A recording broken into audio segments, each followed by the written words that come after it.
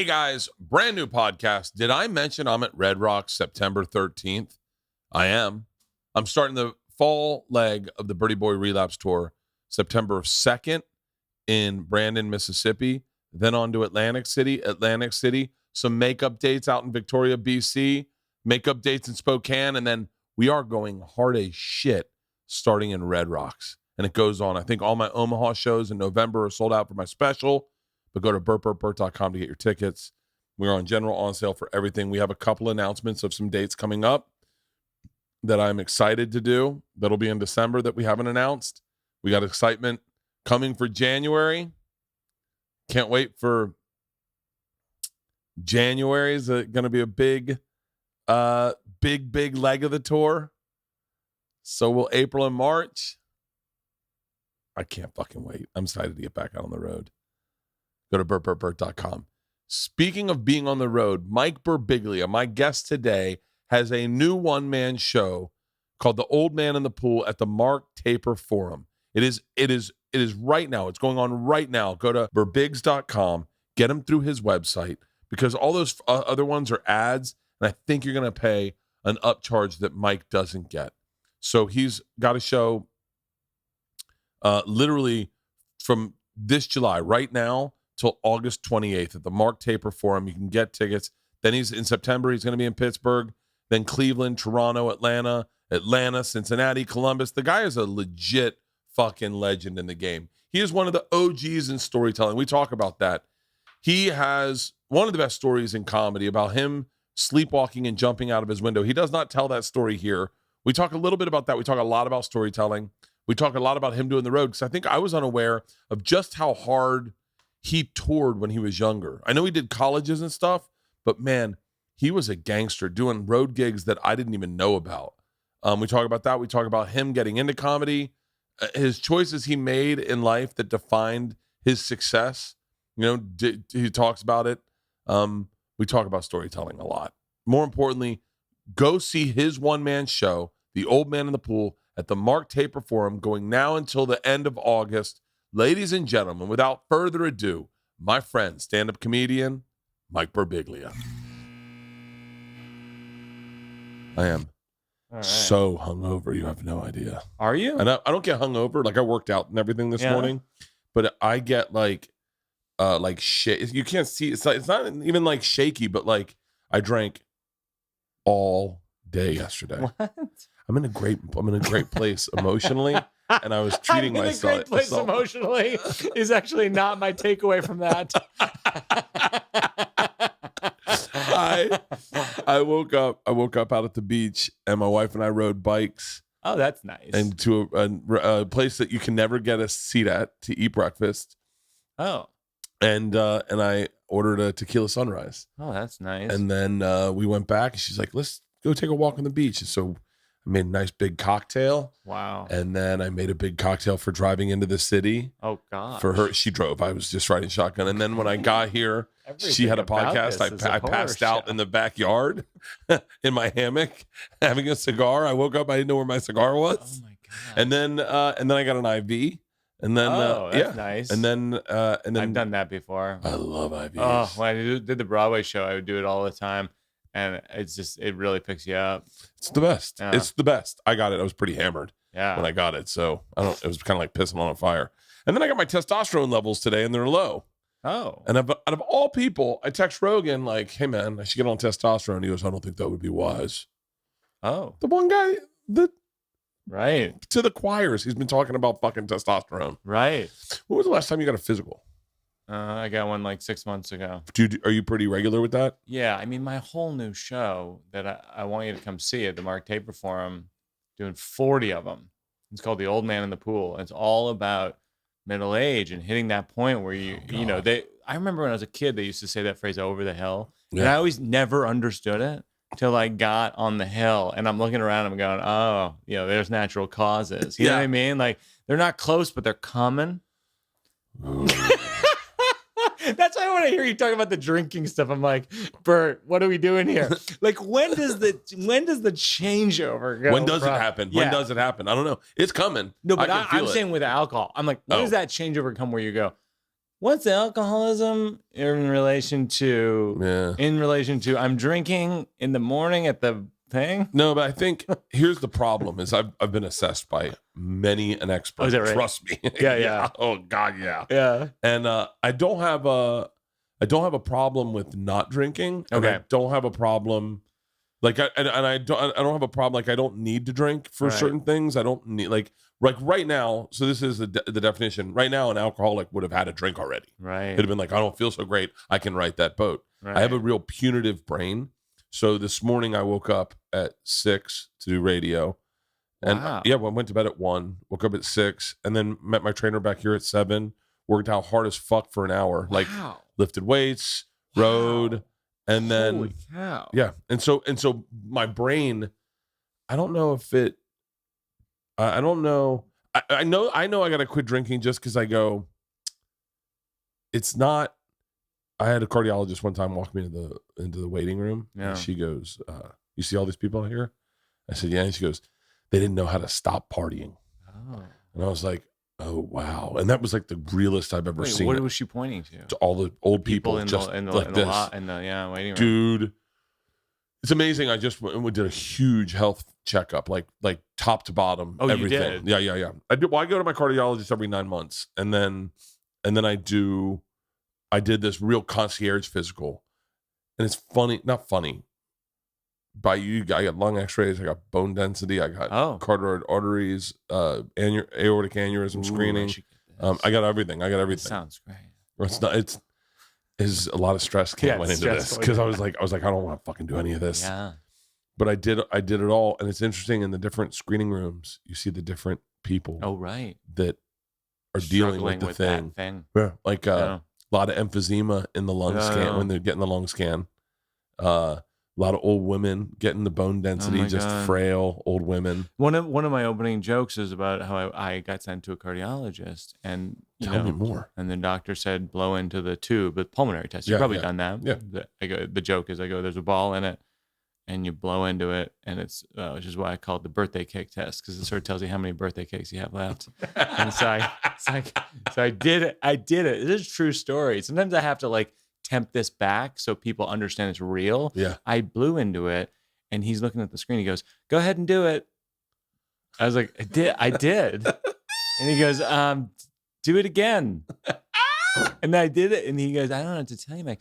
If I was going by this, I'd say you're having a heart attack right now." It's a true story.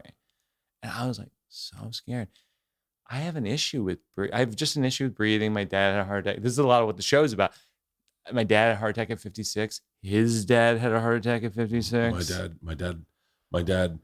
My dad's dad had a heart attack at 42, a stroke at 42.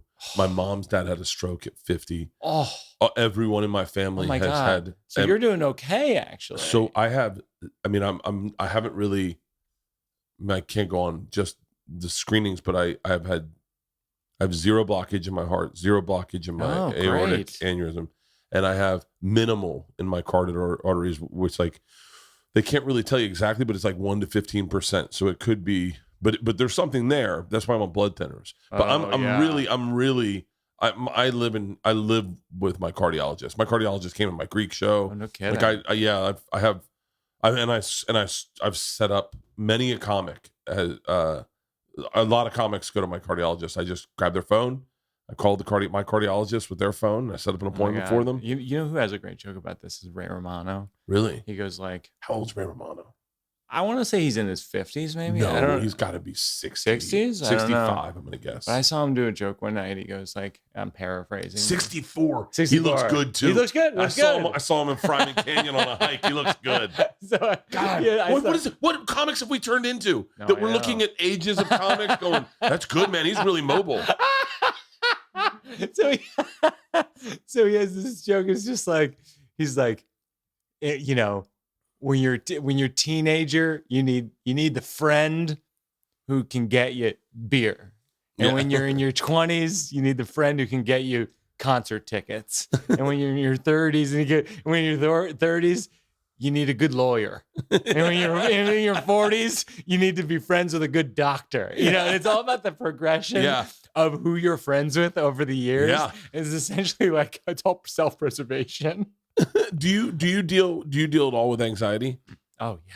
Really? Big time anxiety. Yeah. I mean, look, the thing that I'm sort of most well known for is I jump through a second story window sleepwalking. I mean, it's like my version of The Machine. Like it's like one of the best stories it's ever. bananas. It's one of the best stories ever. Thanks. It's bananas. And it happened and it's real. It's like 18 years ago, I sleepwalked through a second story window at a La Quinta Inn in Walla Walla, Washington. It's like, I mean, if that person doesn't have anxiety, I don't know who does.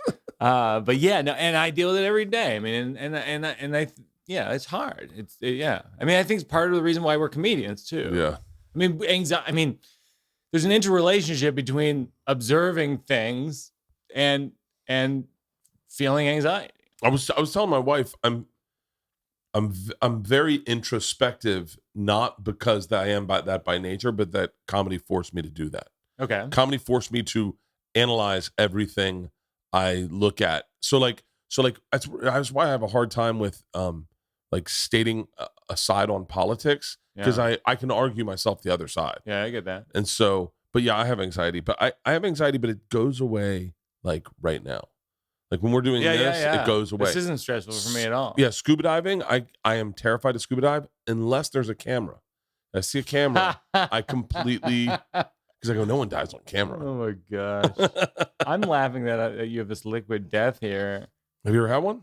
It's just water. No, it's water. Yeah, okay, it's awesome. It's water. Oh yeah, I heard but the delivery system is what I love about it. It's because the can. Yeah, so it's like drinking a beer. Okay. And so you guzzle it a little, like those bottles of water. A little more fun. You ever see like unscrew sips? And this is just. Well, I don't trust plastic bottles of water at all. I think that's a whole scam. I agree. I do tap water all the time. You live in New York. Yeah. Best fucking tap water in the world. Great tap water. Best fucking tap water in the world. Whenever people do bottled water in New York, I'm like, what's wrong with you? This is like great water from upstate. Yeah, and it's because New York's on a bedrock, it's forced to come through all that bed. Maybe I made that up. Could have made that up. I was into it. I could sell it. One of my questions for you is for when you come on Working It Out podcast is gonna be because you're a storyteller also. We share that in common. Well, you're the OG. You're the first comic I ever really noticed that told legit long form stories. Oh, thanks. Yeah, without a doubt. It just wasn't like when I started, I that was my natural preclusion. Yeah. Was to start telling stories. We did a storytelling room. Me and DC Benny and Ben Bailey did a storytelling room in Soho, and I ended up telling. I did maybe 5 nights, and each one of those nights, one of those stories is in my act. And no kidding. And I was so much better at storytelling. But when I remember going like, why can't I just do that at the Boston Comedy Club? And it was just. There was that wasn't the thing, and I think I was really obsessed with fitting in with comics, because I wasn't super smart, like I wasn't like the smartest guy in the room. I didn't have edgy stuff, like smart edgy stuff. I only knew like my experiences. Yes. And then when I moved to LA, it wasn't until I started doing podcasts that I started really truthfully. I take that back. I told like my stories were always real skinny. Yeah. Like taking acid and going to Disneyland, and they had to be like tent pole. That old trope. Yeah. But then when I remember watching you at the Tampa Improv one time, and you walked up and you did not open with like, it's great to be. You literally walked on stage and began telling a story, and I went, oh, no kidding. Yeah. That's when you and I met. Yeah. At the Tampa Improv. I was doing Travel Channel stuff, and I came down. We were rolling cigars in Ybor City. And I came down, we had sushi upstairs, and I came down, introduced myself, and we sat and watched your set. And I was like, but you're a real pioneer in a lot of things. Like you're a pioneer with radio. Like I remember your Bob and Tom appearances were like legendary. Those guys were just so good to me. I mean, it was just fun. It was a fluky, it was a fluky thing. So many of us are so lucky. I've heard you talk about, with Tom just rolling tape here and just being like pressing record, and now you have a podcast. It's like, and if he didn't do that, you wouldn't have done XYZ, right? With me, it's like I was on the Bob and Tom shows playing Indianapolis, doing the club in town, did the radio show. It went really well. And then I did what I do because I'm an obsessive writer. Yeah. I went to a Starbucks after the radio show, and I just set up shop and writing. Just so happens Tom Griswold walks in. He goes, "Hey, you were just on my show." I go, "Oh yeah." He's like, "What are you doing?" I'm writing. You're writing at 10:30 in the morning? Like, I've never seen comics do this. This doesn't make any sense to me. I go, "Yeah, I write this thing. It's like called like, it's an email list, my secret public journal, I call it. And I send it out to anyone who comes to my shows. I put little things on the tables telling people to sign up for it." And he goes, "Yeah, you should just do that on the show." And so I just started doing call-ins. And then I became like, all of a sudden it's like I was selling out in Cincinnati and Peoria and all these places where their show is really popular. And I had this very unexpected like audience all of a sudden. And there's so many things in comedy and show business that are just luck, and then generosity of other people. I have hung my hat on that so much that like I used to not shit on Kevin Hart, but like I used to close. But I know Kevin very well. I'm friends with Kevin, sure. And so I haven't talked to him in forever. But if I saw him, it would be a quick conversation. But I used to get frustrated when I'd see him talk about how hard he worked. Now, I was unaware just how much was on his plate. Yeah. I was coming at it from the side of I started succeeding, and I realized from my perspective how much luck goes into a successful career is noteworthy. It is you don't ever hear Mark Wahlberg or The Rock talk about the things that happen to them where they're like, "God, can you believe that?" No, I know. And that's where I'd find more value in me telling you all the lucky shit that happened to me, because we all work hard. I mean, that's like comes to the territory. You're not here. That's the price of admission. Yeah. Hard work. You better, if you're, I can tell you the guys that don't work hard, you don't know them anymore. I know. Yeah. We all started together, and then they chose not to work hard, and then we chose to. And by the way, this is a little fucking secret time. Fucking other comics really shit on the guys that bust their ass and do get up and write. I know. They're like, "Oh, we could all work hard." It's fucking crazy. Or you put yourself out there to sell tickets, and they're like, "I'm not gonna be the fucking." I saw one comic that I used to respect. He's like, "I'm not gonna be out there in a fucking Speedo, fucking trying to sell my tickets. I'm a real comic." And I went, "Oh yeah, that's right. You're a real comic. That's why no one's coming to your fucking shows. Right. Like, go fuck yourself." I'm a real comic too, and my goal as a real comic is to get people to my shows. Right. I'll put on a fucking Speedo. I'll suck my own dick if I have to, and I will. No, and so, but I want to hear more about people's luck, like the crazy, like when you say you're just writing, and he walks in, and then he's like, "You should do that on the show," and then next thing you know, I'm curious, what was your? Give me some timelines. You went to Georgetown, right? Yeah. Did you know like all those guys in Georgetown? Yeah, like Nick Kroll and Mulaney and all that. So I went to Georgetown. I was writing comedy in high school, and I was like, I saw Stephen Wright live, like the legendary Boston-bred comedian guy. He did 100 Tonight shows, with Johnny. Yeah, I saw him live at the Cape Cod Melody Tent when I was 16, and it was an epiphany. Talk about luck. My brother Joe took me to see Stephen Wright when I was 16 years old. Wow. Like, who does that? I got a great brother. Great taste in comedy. And he goes, "This guy's hilarious." And I go and I watch, and I'm just watching this guy. This is the funniest motherfucker I've ever seen in my life. Yeah. I've never laughed this hard. Yeah. I've never laughed this hard except with my friends, which I think ultimately is those are the people you laugh hardest with. Oh. And those are like the laughing fits. The hardest. Those. I was telling my wife, I have like 2 breakfast burritos that stand out in my life that I really remember and I think about often. There are times I've laughed the hardest I've ever laughed, and I can close my eyes and go there when you're a kid with your friends. Oh my God. Fucking those are the best. But then everyone changes, and then you try to hang out with them now, and those moments of that innocence is gone. Yeah. Or I think that maybe it's like we all ate cheeseburgers when we were kids, but me and you got into the business of making cheeseburgers. So now you look back at those cheeseburgers, you're like, no, those were good cheeseburgers, but they weren't that complex. Right. And they're still eating those old cheeseburgers. Right. Oh, that's interesting. Yeah, like so like I saw Stephen Wright and I was like, yeah, I want to do that.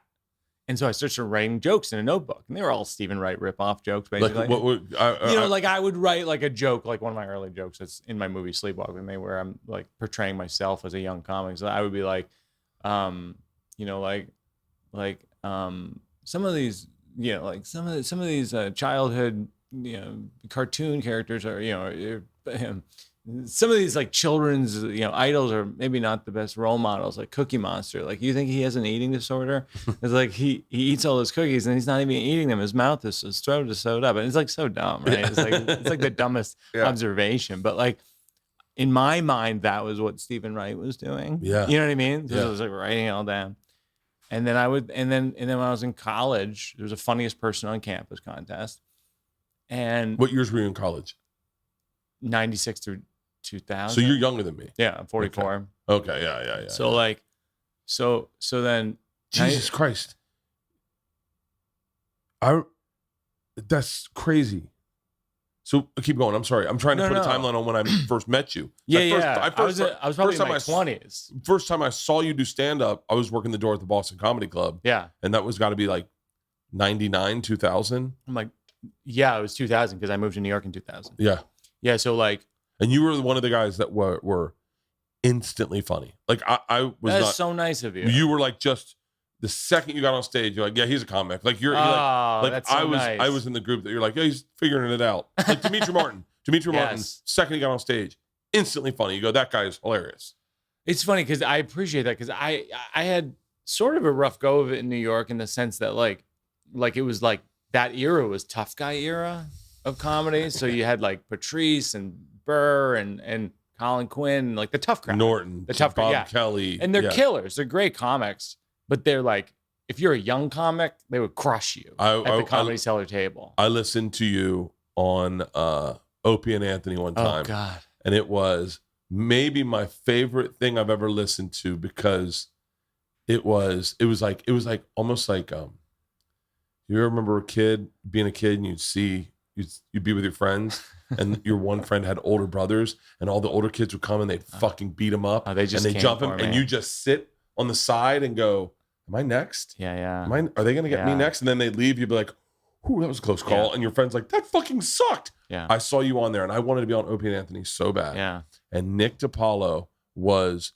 fucking horrific to you. Yeah. Like brutal. That and makes it was sense. and I was sitting there going like, yeah, I don't think I want to do Opie and Anthony. Oh my God, no, they wrecked me. And then they would really wreck me at the club. Like Patrice used to, like, I would walk in, Patrice O'Neill, one of the great comics. I mean, like, brilliant comic. Brilliant. And brilliant. Very, very complex person. Very complex. Very, and also very mean. Just like full on. Extremely mean. like, no one ever does that in the documentaries about him. I would come into the Comedy Cellar and he'd go, Big Head Leah. Big Head Leah. He goes, Big Head Leah, you got a big ass head. And I would just go, Patrice, you have the biggest head I've ever seen. Your head is like 3 times the size of my head. And he'd be like, Big Head Leah. And it was like, his key was, I'm shouting. Yeah. His key was he shout over you, so no one could even hear what your response was. He brutalized Todd Barry one time outside of a club, and I was like, I'm just sitting there going, yeah, he was Anyway, let's circle back to those guys, because in the timeline, like, so I see Stephen Wright start writing down jokes. I go to Georgetown. I auditioned for the improv group because I wanted to do stand up and sketch. They didn't have that. There's improv. I don't know what improv is. I audition, get in. I'm like, literally one of the most pivotal, again, you're talking about luck, one of the most pivotal moments of my entire life. Oh my God, you're telling me there's 10 people who are the funniest people I've ever met in my life, and we all get to hang out all the time and like party and improv? Like, what is this? This is unbelievable. So then I'm doing improv, and then there's the funniest person on campus contest. I win that. Nick Kroll was in it. I met Nick, and we become friends. I say, you should audition for the improv group. He does. I was the director. I cast Nick. A year after I graduated, he cast John Mulaney. Wow. So there was a cool. So then me and John and Nick are all friends. And then when Mulaney moves to New York, I was doing stand-up, and so I take him on the road. So we spent a couple years working the road together, and then I basically what happened was that I graduated from college. I wanted to be a screenwriter. I want to make movies, but that's not really a job that there's an application for. Were you writing what were you doing? Like, I'm curious. 2000, you just first moved to New York. Yeah. What were you? What did your life look like? Were you? I was living in Queens on an air mattress in a shared apartment. That's not the picture I thought. Isn't that crazy? Guy. What I don't know. What did you think? My existence was fairly nice. Like really? But, yeah, and I assumed like everyone had like when you feel like, oh, I got a tough life. Yeah. And then you go, everyone else is doing good. Like Kevin Hart, I thought he was like, oh, he's got to have a penthouse and right. And yeah, he was living with his parents in Philadelphia, driving back and forth. Yeah, I remember that with Kev. Yeah, it's so funny. And then I look back in hindsight, and I had it pretty easy. I was living down by the Village. Right. I was living in the Village, and working at Barnes and Noble was the roughest I had it. But yeah, that's not bad. Yeah, it's not the Union Square location. Yeah, yeah. But did you? It's like it's also. Did you? I remember Chappelle saying. Remember when you got to first grade? And you're like, do all these kids know each other? Like, that's funny. Do all these kids know each other? But you were so plugged in right away. I was like, God, man, how come these people are they're like, I felt like you knew everyone. You were like working right away. Like I remember being very impressed by you, Kevin Hart, and Dimitri, maybe you're saying? No, Dimitri. Yep, Dimitri's a perfect example. He was a little bit before me, but yeah. Yeah, so Dimitri and I started on the same day.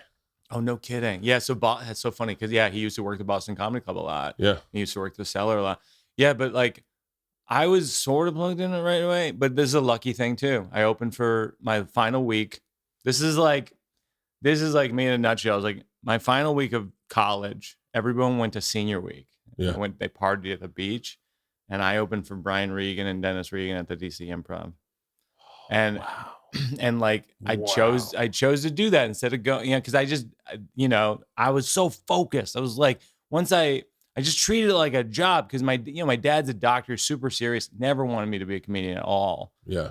I mean, my parents still kind of don't get what I do. Like they kind of get me. They're nice about it, but like it's not a fit. My dad doesn't understand it at all.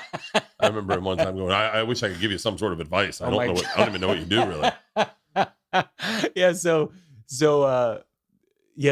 my what kind of doctor is your dad? A neurologist. He's a retired neurologist, but like, yeah. So, and my mom's a retired nurse, but like, so I moved to New York and my parents, didn't really want me to do it. And so I had this drive of like, I got to figure this out fast, right? It's a certain type of person that gives up senior week. Right. Senior week. Yeah. To open up for Brian Regan in 2000. Yeah. 99. Yeah. 99. That's that, by that way, just so we all put that in perspective, that's It's before he's doing theaters. That's before he's doing theaters, before he's doing his Comedy Central Presents. Yeah. He did his Comedy Central Presents, I think, in 2002, probably 2001. Something like that, yeah.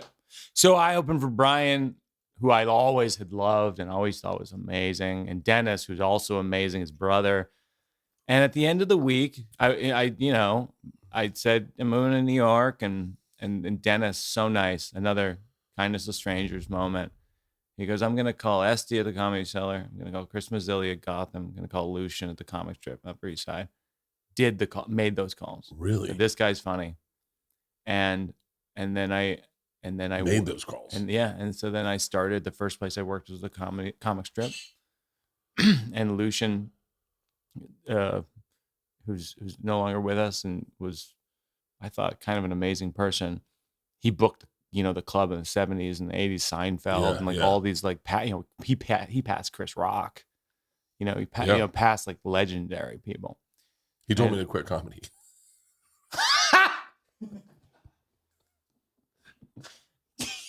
He said, not only are you not funny, I don't see a possibility of you being funny. So he gets it. Yeah, he gets it. The guy knows what he's talking about. So we're talking about a guy who gets it. He's tapped into the frequency. He told me to quit comedy. He told a bunch of people to quit comedy. I mean, in fairness, like the first time I auditioned for him, he goes, well, I already have Jim Gaffigan and Todd Barry. Like, I don't need you, and I was like, oh, snap. Like, I know what you mean. Yeah. I like those I already have Jim Gaffigan. What a fucking. I know. I mean, he was ruthless. He said some ruthless shit to a lot of people. Am I crazy? But didn't you get did you get your assessment in like a phone booth or something? Something like that. It was that, like a really tiny room that I remember him talking. That's right. This is a sound booth. Yes, sound booth. Yeah. Sound booth was tiny. It was like a phone. It looked like a phone booth. Oh man, it was a brutal. I walked out of that club and I was like, and you had to, in order to get up in front of him, you had to get in line. I had to get in line. What was your criticism? What did he say to you? Not only are you not funny, I don't even see prospects of you being funny. Like, I don't know if that's in your future at all. Oh, my and I was like, what? I heard that a lot. I was like, I've already moved to New York to do this. And he was like, don't. My brother Joe told me a story the other day that I had forgotten, which is I met with William Morris when I first moved to New York.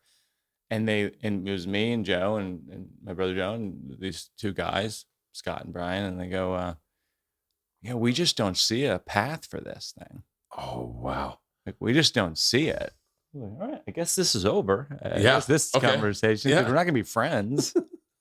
I was told by, do you remember, thanks, buddy. Do you remember Louis Schaefer? Yeah. Louis Schaefer told me.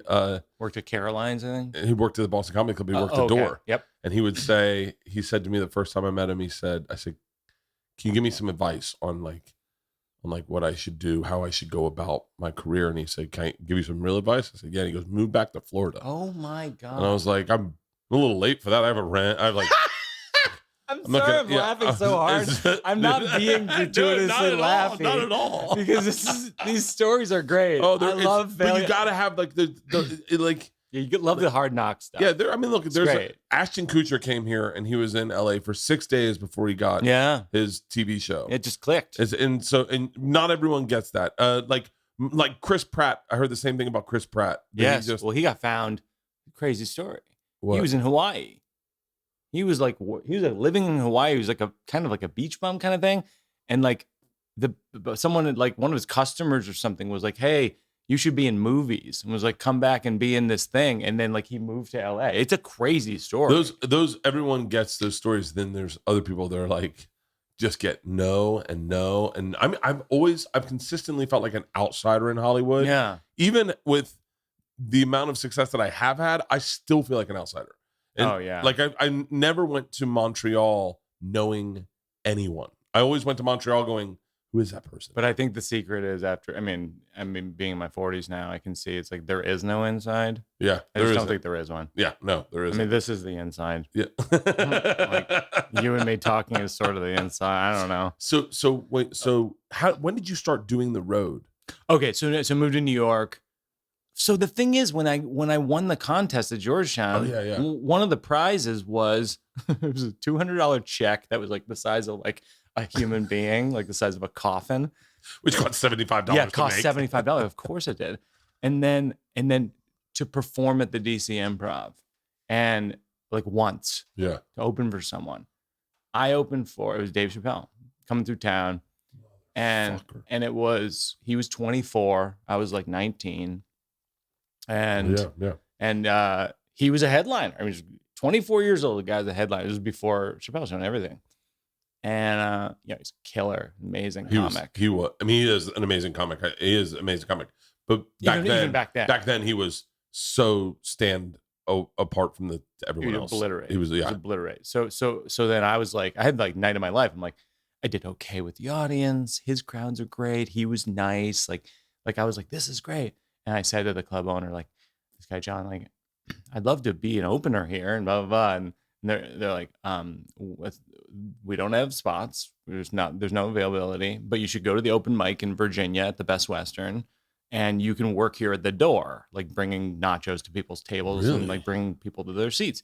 So I did that for 3 years. I worked at the DC Improv as a door person, which I know you were a door person too. You're a door person at the Boston Comedy Club. And so I did that for 3 years.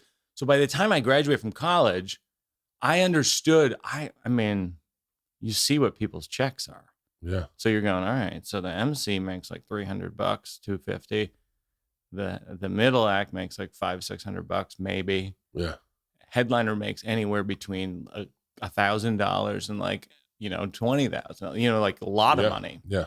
I remember seeing like someone's check and going like, wow, this person makes that's a chunk of change. Do you remember who that person was? Yeah, I'll say my name to you, and you will edit it out. No, we can keep this because I won't say how much it is. But yeah.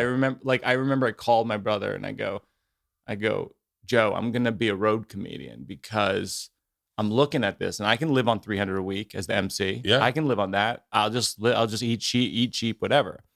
Middle act, $500 a week. I can easily live on that. And then it was like Brian Regan was like, this is like $7,000, right? And I was like, $7,000? Are you kidding me? And for a weekend, yeah, 8 shows, 7 shows. It was a full week, Tuesday through Sunday. But that's a chunk of change. Yeah, that's a chunk of change. And in comedy, especially like you're starting, like, they make $7,000. Are you kidding me? And I call my brother. I go, and this is how naive you have to be, I think, in anything that's like a long shot. Comedy is a long shot. Being an entrepreneur is a long shot. All this stuff, but you have to be a little bit naive. You have to be a little delusional. And I go, Joe, this is Brian Regan made $7,000. He goes, I go, that's what I'm gonna do. And he goes, yeah, but that's Brian Regan. I go, yeah, I'm gonna be like that. I'm gonna be like that. Yeah, that's what I'm gonna do. Yeah, it's like seeing Michael Jordan being like, yeah, I'm gonna do like that. Yeah. Hey, they're giving them shoes. I have my own shoe line. Now, a word from our sponsor, BetterHelp. How we care for our minds affects how we experience life. Don't you want to have a great life? If you want to have a great life, you're gonna have to feel like you deserve a great life. You're gonna feel like you need to feel like you have earned that great life, and sometimes with mental health problems, that can get in the way of just really honest to God feelings that you should have. That's why you need BetterHelp online therapy. I've been in therapy for, I don't know, since I met Leanne, in and out at times. I personally rather video therapy. Online therapy for me is easier. It streamlines life, and it helps me kind of keep in check what I need to keep honest about.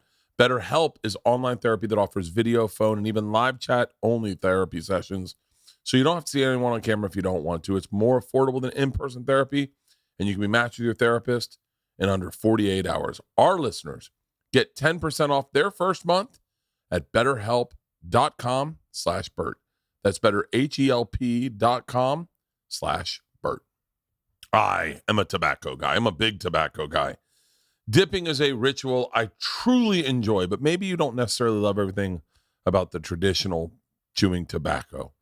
Having a talk with your buddies, fishing, watching a baseball game. You're looking for an alternative. There's alternatives for everything. What about high-quality, nicotine-free tobacco alternatives? Let me introduce you to Black Buffalo. If you're 21 and over, you dip or chew tobacco, pouches or long cut, you have to try this tobacco alternative, Black Buffalo Zero. It's everything you love about dipping, just made without the actual tobacco leaf, stem, or nicotine. It is dip, literally made from edible green leaves and food-grade ingredients with the same flavors, textures, and aromas that you know and love. No compromise. They've got wintergreen, they've got mint, they've got straight, they've got peach. They even have blood orange. And if you're seeking that calm little tingling with your dip, then check out their regular product line as well. Comes in long cut, pouches, and if you're forgetful, get a subscription delivered straight to your door. Born in the Midwest, raised in the South, their product proudly manufactures here in the U.S. I've tried Black Buffalo Zero. I fucking love it. I throw one in on the tour bus after a few drinks, and that same ritual of when you put in your dip and that's your last drink, and then you go to bed. Man, it happens for me. It's fantastic. It's 2022. Are you still dipping traditional tobacco or those little white portion things? If so, and you're 21, it's time to get with Black Buffalo Zero. It's everything you love about dip, just without the actual tobacco leaf, stem, or nicotine. Head to blackbuffalo.com, use promo code BERT at checkout for 15% off your first order. That's the best offer you'll find, but you have to use my code BERT for 15% off your first order. One last time, that's promo code BERT for 15% off your order. I saw, edit his name out because I don't want to. Oh, yeah. And huge draw in that era. Yeah, and I saw his check. He showed it to me one night. Gosh. and it was Oh my $67,000. gosh, you got to be kidding me. And I remember thinking to myself, if you could have that life, like that, Yeah. that would have to be spectacular. That's crazy. It's insane. It's insane. But I remember, but the road was different. Like, it's interesting to me. What's fascinating to me is that guys like you, Daniel Tosh, you guys were all working when a lot of us didn't know you could. Does that make sense? Yeah. So what I did, it was like I was working at the Washington D.C. Improv, and so I would see road acts come in. Yeah. So I'd ask them, "How do you do this?" And they go, "You call these bookers." You know, in the Midwest, like there's a million of these people who book Best Westerns and Ramada Inns, like a Ramada Inn. You were a road dog way before anyone even knew how to. Yeah, it's like they're doing. There's a comedy night at Ramada Inn on a Wednesday, and they pay you $150 to do a half hour. I go, yeah, I'll do that. Yeah. Where is it? West Virginia. All right. And then I would Google map and go, oh, that's 19 hours away. And then I would do it. I wouldn't cancel. I would do it. I mean, the amount of times that the gas cost more than the gig paid was so many times. Oh, yeah. I mean, I was just running deficits on credit cards like crazy. I used to do a gig in Sacramento, and I used to be a feature, and it was like, I think it was like fucking $500 for the weekend at Laughs Unlimited. Oh, wow. And you had to put yourself up. And I'd drive back and forth. Yeah. And I remember my wife, I had done it like 10 times, and my wife's like, you know, we lose money when you do that. And I was like, yeah. I was like, well, my hope is that I'll headline one day. And she goes, and if you don't? I was like, I'll be cool featuring. I used to love featuring. Featuring's the best. Oh. If people don't know, in a typical comedy club situation, you got an MC, you got a feature, you got a headliner. 15 minutes at the front, 30 minutes for the feature, and about 45 to an hour for the closer. That 25 to 30 minute slot is the most cherry slot in all of comedy, period. Some people get stuck there for life. Yeah. Some people get stuck there for life. And it's hard. I remember working for Daniel Tosh, with Daniel Tosh, and I was like, this is the best. I remember being like, this is the best gig ever. I really enjoyed Daniel's stand-up. Yeah. But like, I got to do 25 minutes, 20 minutes, murder, and then drink beer and watch him. And I was like, I had that with Hedberg in Dayton, Ohio, the Joker's Comedy Club. God, it was like one of the greatest weeks of my life. He was. I was telling someone the other day. He was another road dog, by the way. Yeah, he was. Hit the road hard. Cold called, with a phone book called comedy clubs. That was what was so impressive when I started doing the road and finding out who had done the road. Because I didn't start doing the road until, really, honestly, I think I had kids. I feel like. Yeah, I definitely had a kid. I didn't start headlining until I had Georgia. So probably 2004 or 5 is when I started headlining. And then you get out there, and I remember your name would come up. They're like, oh, Berbiglia. Joe Coy was doing the road. He's been out there a long time. And then you'd work with people. And I remember Tommy Johnigan. You know Tommy Johnigan? Love him. I met him when he was like 18 years old. He opened for me in like a really tough room in like Springfield, Missouri.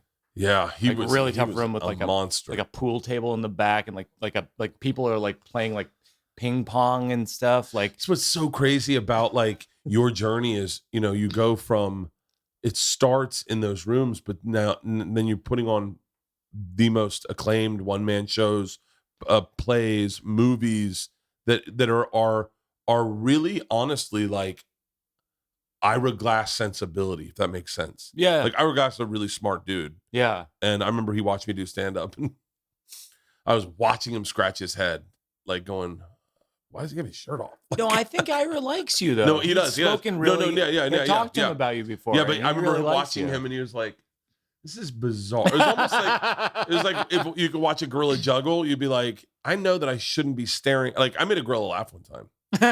That's great. Yeah. So did you jump into colleges at that point? Yeah, that allowed me to give up my day job, which was like temping. I was like temping and doing other like random odd jobs in New York. So like Lucian, who called you not funny and never capable of being funny ever.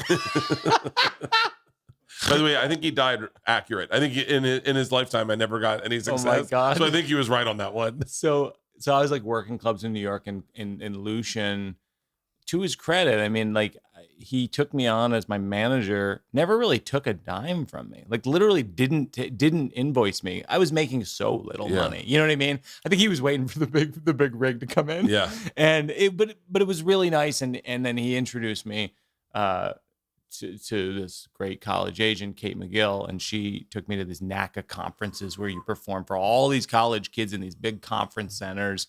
And if you kill, you can fill up your calendar. And I killed, and I worked, you know, I remember those years I would work like 30, 40, 50 colleges a year, sometimes more. I mean, Daniel Tosh used to work 150 a year.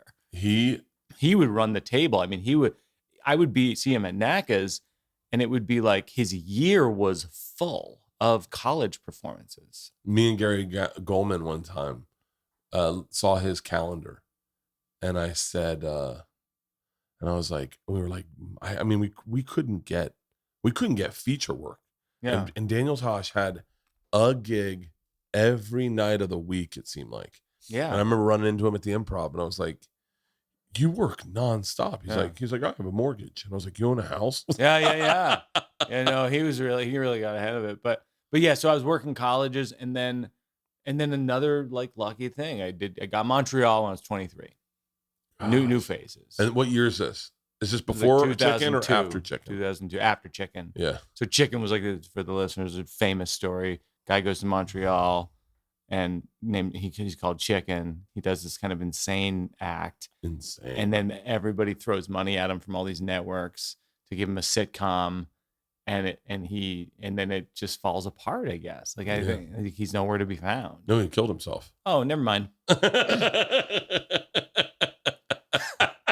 See, I knew him. I didn't know him very well. I had been looking for him. Thanks for clearing this up. No, I'm sorry. To No. I would love to see a documentary on him. Yeah. He's from Dunellen, which in Florida, I think Dunellen is like redneck. Oh, is that right? Yeah. And his family was very redneck. He did a reality show called Raising the Roofs. His name was Michael Roof. And so he did a reality show called Raising the Roofs, and he had like real backcountry like family members, and they all moved out to LA, and he was in the movie Triple X with Vin Diesel, and he was in Black Hawk Down. It's funny. I got my pop in Hollywood, my heat. The first time I ever got heat, my first deal was at the same time Frank Caliendo got his deal and Chicken got his deal. Oh, we all got deals at the same time. And so we all came out to LA. Wait, so what year was that? It was my 26th birthday. Wow. No, I got it. On my 26th birthday, I started stand up on my 26th birthday. 6 months later, I got a deal. It was in the 90s. Yeah. It's off. My numbers are off because I moved to New York when I was 25, and I started stand up for the first time with Dimitri at the Boston Comedy Club, but then didn't do anything. Okay. Like couldn't get on, didn't do anything, and then I got a really pivotal speech from my dad on my 26th birthday. Okay. And that night I started working the door at the Boston Comedy Club. So I count that as my real start day. And then so what if I was born in 1972. What year was 26? 26 years old. What year is that, Halston? 98. It's 98. So it was 98 when everyone got those deals. Yeah, and then around 98, 99. There was Chicken, and then there's Ray Romano got a huge deal from New Faces. He got his show. It was a big Worldwide Pants, right? Yeah. And so like there's all this lore of like Chicken and Ray Romano, all these people going to Montreal, doing New Faces, becoming a star or killing themselves. But did you get a deal out of Montreal? No. As a matter of fact, I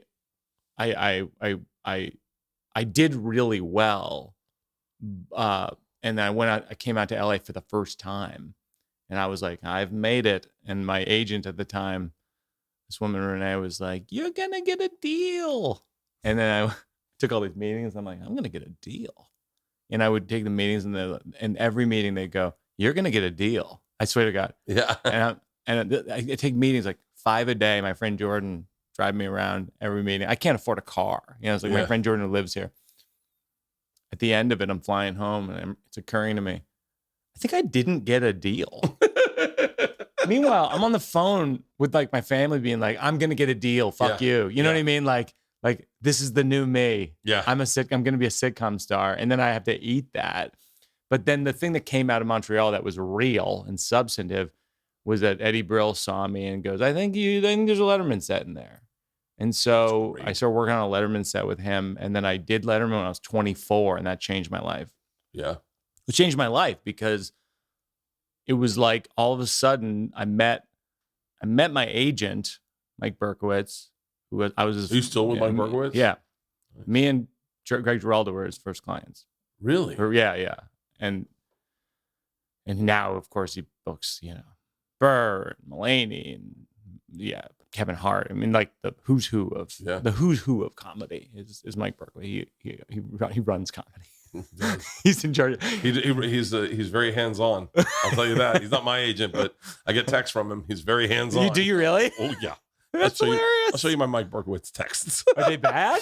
No, they're not bad. It's I like Mike. I like Mike a lot. I'm afraid of him and I'm his client. Yeah.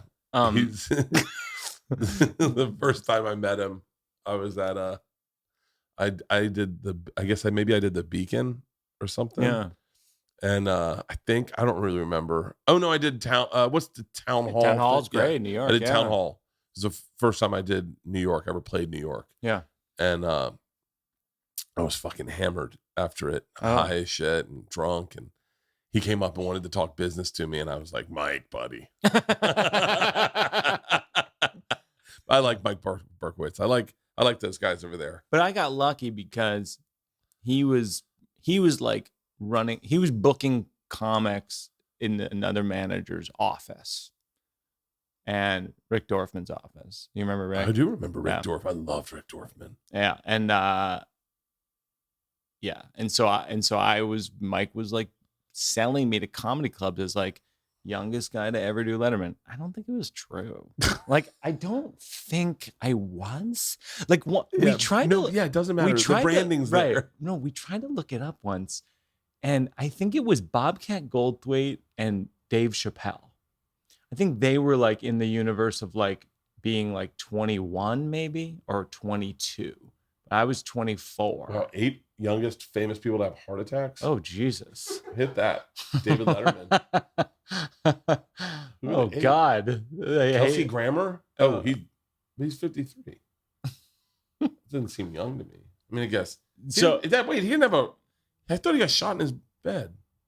Kelsey Grammer? Wait, Kelsey Grammer's still alive. Yeah, I think he's still. Yeah, I don't need this list. So we were running with this narrative which is all the marketing is a narrative. It's like my marketing was Barry Katz was my manager when I got that deal. Yeah, and I got a deal working the door, and he convinced me to continue working the door because he thought it was a good story. The guy works the door. Oh, that's fun. That's not bad, actually. It's not bad. I continued working the door, and I was like, when am I going to be a real comic? When am I going to not do this? I kind of want to just call him for spots, but I had to work the door during the weekdays, and then on the weekends I could do spots on the weekends. Yeah, but I remember, I remember the story. I wonder if the story was more about Barry and less about me. Because he was like, I mean, this is how great my club is. I walk in, the door guy's got a deal. Like, and I was like, my name's Bert. Like, what? That's so funny. But so I don't know if the story was more about him, and because he was like the deal maker for a while. I mean, he had fucking. My Barry Katz story, and it's not much of a story, but one time he wanted to see who was working the club, and I was working the club at the time. I was like 23, and I was kind of like I was annoying, I think. Like, I think early when I was young, I was sometimes a little cocky. I was chewing gum on stage, like chewing gum while I was doing my set. And he comes up to me, he's like, kind of like watching who's working the club. Comes up to me and goes, "You chewing gum during the set, huh?" I go, "Yeah." He goes, "All right." And then I never spoke to him again. chewing gum during the set. All right. And it was like, but yeah, I think like that was a weird era for me because like, so I did Letterman, and then you know what happened is with those tough guys, like the tough crowd guys, Yeah. who I feel like I'm cool with all those guys now, like, is like they all kind of hated me a little bit, or Yeah. or a lot, or a lot. And then by the way, and these are all our friends. Yeah, I mean, like when I talk, I'm friends with Nick DiPaolo. I had him on Something's Burning. I loved him. I love Colin. All those guys. Oh, I love Colin. Yeah. But like I got a deal when I was working the door, and Patrice came over by himself. I'm at the front, and he just walks up to me. He goes, "I heard you got a deal." And the one thing Bertcast said is, "Do not tell anyone for how much." That's so money funny. That's hilarious. Do not tell a soul how much money it is. There's $125,000. Oh my gosh, that's a and lot. I said, yeah. And Patrice goes, "How much?" I said, "I don't want to tell you." He goes, 100. And I went, Patrice. He goes, 125. And my eyes lit up. He goes, 125. Oh okay. God, And he just walked away. Funny. Yeah. Yeah. So those guys, like, so I did Letterman, which was great for the road. Yeah. But then like tough in New York. Yeah. Because it was like those guys were like not loving that they hadn't done Letterman, but I had. That was like a lot. There was, and I think I'm respectful in saying this. That group was anti-ambition. Very much so. Anti-ambition. If you're trying, it's not cool. Yeah. Yeah. There was that whole back and forth with Dennis Leary and Greg Giraldo on Tough Crowd. Yeah. Where Dennis Leary goes, and I love both of these guys, but Dennis Leary goes, "What are you writing jokes?" You know what I mean? And Greg Giraldo's like, "Yeah, that's the gig. That's what we're doing here, man. That's what we get paid to do." Yeah, it's a really fun face-off. Maybe you should have done that more for your TV show. Yes. And that was a fucking amazing. It was amazing. I remember watching that live. I remember watching that. Me too. I mean, I watched it. I watched it I had Georgia on my lap. Oh my gosh. And I was like, what the fuck? Giraldo literally is like, Giraldo's so nice to me. Never not nice to me once, ever. I saw him like days before he went, and it was so sad. One of the funniest comics, I think, in the last 30, 40 years. One of the sweetest dudes. And one of the sweetest people. Yeah. It bums me out. He's one of the ones that, like, he's the reason I don't take Xanax. I mean, I take Xanax. What am I talking about? But like, I don't party. Like, I take a Xanax like as needed in like a legit anxiety situation. Like, there's times where I go, I'm on the road, and I was like, I'd love to take a Xanax this morning, just let that day smooth out. But I don't, because I think his death was like, I don't know. But I don't know. Yeah. So then how old? So then I was working the road, and then I had this big break, which is at that point, which is I was going to DC to record a self-recorded album CD. It was called Dog Years, and it was just like, okay, other comics on the road have CDs. I can record a CD. I have an hour of material. So I go to DC, and I see in the paper that they just announced Mitch Hedberg, Louis Black, Dave Attell are doing the first ever Comedy Central live theater tour. And it's Warner Theater in DC. And it's the week I'm going to be in DC. I'm such a big comedy fan. I called Jeff Wills, who's booking the tour, who had booked me at the Sacramento Punchline and San Francisco Punchline. I go, Jeff, can you get me tickets to a show in DC? He goes, I'll do you one better. You can open up the show. We're just going to give you like $75, I swear to God, to open a theater. And for that, and that was the biggest fucking tour. That tour was unbelievable. Yeah. So, and it was before this era of comedians playing theaters, right? And so, I mean, all three of those guys, Louis Black, Dave Attell, Mitch Hedberg, would end up playing theaters individually. Yeah. And then it was three of them together. And so I was like, I can open the show? Oh my God. And he goes, yeah, we just can't put you up, and we can't put you up, and we can't get your travel. We were going to get a local opener. You can be a local opener. I go, oh my God, thanks. So I go, and it goes well. I go to Jeff. I go, I'll do any of these. Put me anywhere. I'll pay for my air. I'll pay for my hotel. I'll do anything to be on this tour. Puts me at the Tower Theater in Philadelphia. Puts me at the Beacon Theater in New York City. Oh, wow. And I'm going up in front of the three best like living comedians. And you yourself, I would say at that time, one of the more competent comics. I mean, you were fucking hilarious. Yeah, I was pretty good. So like putting that scenario, you were fucking probably destroying. It was good. And so then like I was at the Beacon Theater in Comedy Central. All the executives were there. So they go like, this guy's good. Like, why doesn't he's a young guy? Why don't we give him like a college tour? So we did the first ever Comedy Central Live college tour. It was called the Medium Men on Campus tour. And right around that time, Mulaney was opening for me at clubs.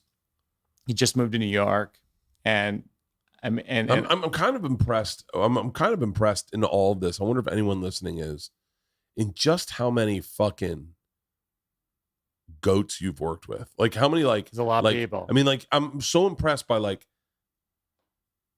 Hedberg, Chappelle, Attell, Lewis Black, and then when you talk about the tail of it is Nick Kroll, Mulaney. Like there's you yourself are one of the most prolific comics of our generation for just the amount of diverse work you've put out, but your work also. Like, you've done so much cool shit. You seems like you never saw.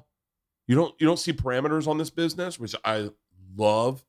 But more importantly, the stuff you do is always seems 5 years before anyone else is trying to do something like that. Thanks. I mean, I feel like that's true somewhat, and then some shit I feel like I'm way behind. But I mean, like, I'm fucking amazed at this story. But keep going. So you go. So I get this Comedy Central college tour, and then I was at Zany's Comedy Club in Nashville. Mulaney's opening for me. Mulaney and I are good friends at that point. You know, he's like 23 and he's crushing in clubs. Like, Mulaney was like always funny. Yeah. Like he wasn't funny for like 1 week ever.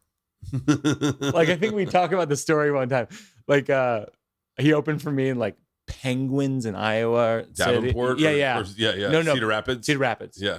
In the basement there. And like, Nan was the the Cedar Rapids wasn't Nan. Nan was Davenport. Yeah, and it was like, I think that was the first club week he ever worked. And he always tells this story, but he just like it just didn't quite work. And at the end of the week, I just go, you know, like with friends, you can be candid with them in a way that professionally you can't always be candid with them.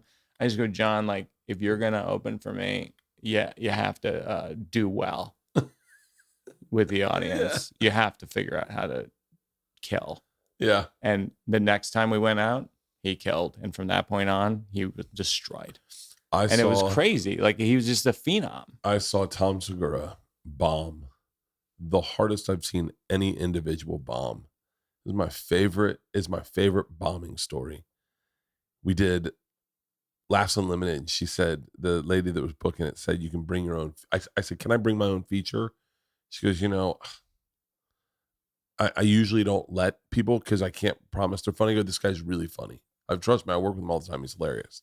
So me and Tom drive up from LA, and maybe I tell him in the car, yeah, she didn't want me to bring her feature because she's afraid you're going to bomb, but you're not going to bomb. You're going to murder her. Yeah. And so I think he gets in his head. So he goes up. This is when Tom had long hair, not long hair, but long enough, and he combed it back. Yeah. Okay. And so he goes up. I forget his opening joke. We've talked about this before, and he calls a woman a cunt in the front row. His opening joke. Yeah. Look at this stupid cunt. Oh, I hate this. And it's like, it's already, everyone's like, you will not be winning us back. Oh my gosh. And he begins to sweat. He's really overweight at the time. He begins to sweat, and his hair, this is the best way I can describe it.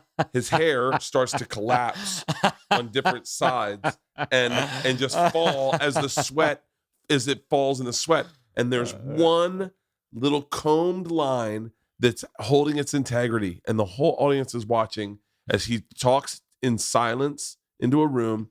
And all of a sudden, about 20 minutes into his set, he's so bad, it's bombing so bad, it falls. It goes, and the whole room goes, oh. Now his whole head is soaking wet. It was the fucking, and he got off stage and he was like, was it bad? And I was like, I think it's worse than you think.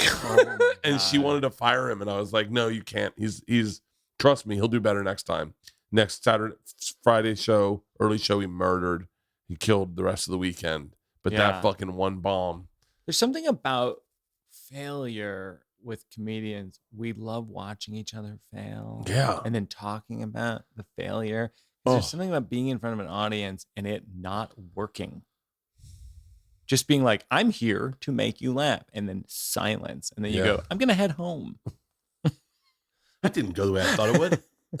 But like, so with Mulaney, we were at Nashville Zanies, and they just gave me this college tour, and we go, we're in Music City, and so we're like, let's go look at tour buses. It's absurd. Yeah. We just go to these lots of tour buses because there's tons of them there. Yeah. All the country acts. And we just do tours of buses. We look at the 30-foot, or we look at the 45-foot, or whatever, meet some drivers, and then we're like, let's do a tour bus for this college tour. So I take John out on the college tour, and we did like 45 days straight we lived on a bus together. Fucking awesome. Yeah, it was cool. Is that, and you guys are young? Yeah, we were young, we were in our 20s. Yeah, it was. But but you guys are also respectful individuals. So I'm sure you guys weren't just like slaying pussy left and right. No, but it was very uneventful on that front, because for starters, he was sober. Like he had come off of, like, he always talks in his early acts about like how he was sober, like from college. Like he get blackout drunk in college. It's like I don't know John very well. I know him well enough, but before I knew him, one of the things that made him sexy to me, like that I was like, this dude's badass, was that he would snort coke and listen to Steely Dan. Oh my God. And I'm fucked. That's I just didn't. What's crazy is I didn't know that era of him at all. Like, so he would talk about it on stage, and it always felt abstract to me. Yeah. Like I was like, that's good material. Like that's great, but I just don't know. So we would just, I mean, honestly, like but you guys are two of the funniest individuals in our business. How fucking awesome were those? I mean, like, that's one of the things is when you're on a tour bus with other comics, you guys. But we would laugh so hard. Laughing. I mean, the funny thing about John that people don't sometimes realize is like, he's like a pitch perfect mimic. Like we'd be on the bus and we'd be listening to like the new Dylan album or whatever. Like, I'm trying to think of what it was at the time, like Modern Times maybe. He would do like a pitch perfect Dylan. Really? Yeah, and it wouldn't be like old Dylan. It wouldn't be like, it wouldn't be like the hacky Dylan. Yeah. It would be like the like it would be like the like really? Older man Dylan. He's a great mimic. He doesn't do it in his act much. Yeah. But like he's when pressed, like he just goes into voices and it's amazing. God, it's amazing when you find out like what some people you do who are brilliant for being for one thing, and they have another thing too. Oh, Segura is an amazing ventriloquist. Is that right? Dude. No way. He would never do it on stage. No way. But he is just an insane ventriloquist. But he just do you have something like that?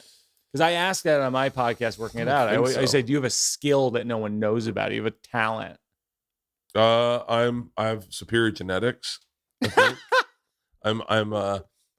think. I always joke about this Mickey Mantle gene, but I can operate at a different level than other people. My whole life I've been able to like Tom challenged me in tennis. I hadn't played tennis in fucking years. Yeah. And he challenged me in tennis. He said he played tennis, and I just went, I'll destroy you.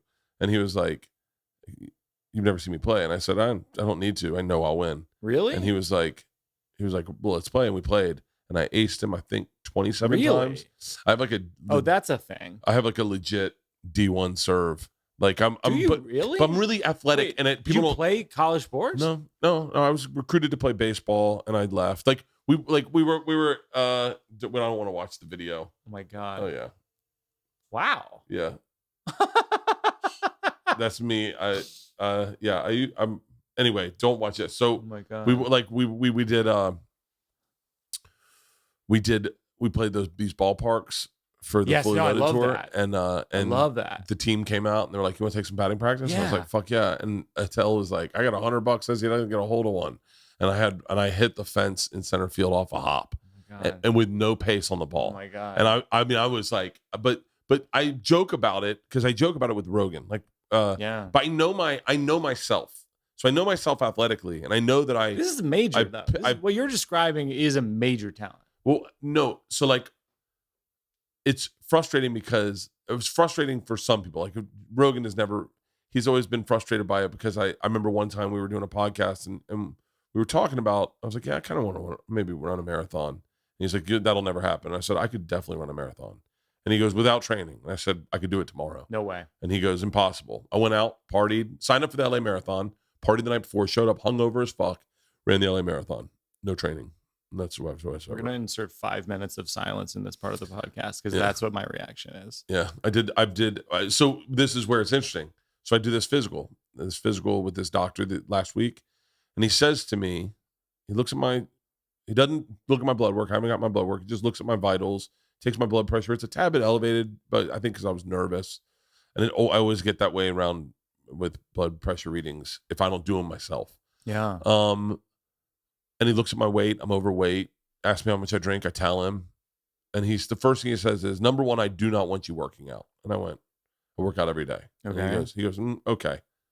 Listen, someone like you, if you tried to run a marathon, I said I ran a marathon. And he went, okay. He goes, all right, well, let's say you tried to do a triathlon. I said I did a triathlon too. Yeah. And I was like, I push it really hard. I had to pull out my phone to prove to him I work out. I get my heart rate probably in the 160s every morning at least. Wow. I've hit 170. I don't like to be there, but I average about 140 for my majority of my workout. I bench 245. Yeah. Like I'm in really good shape.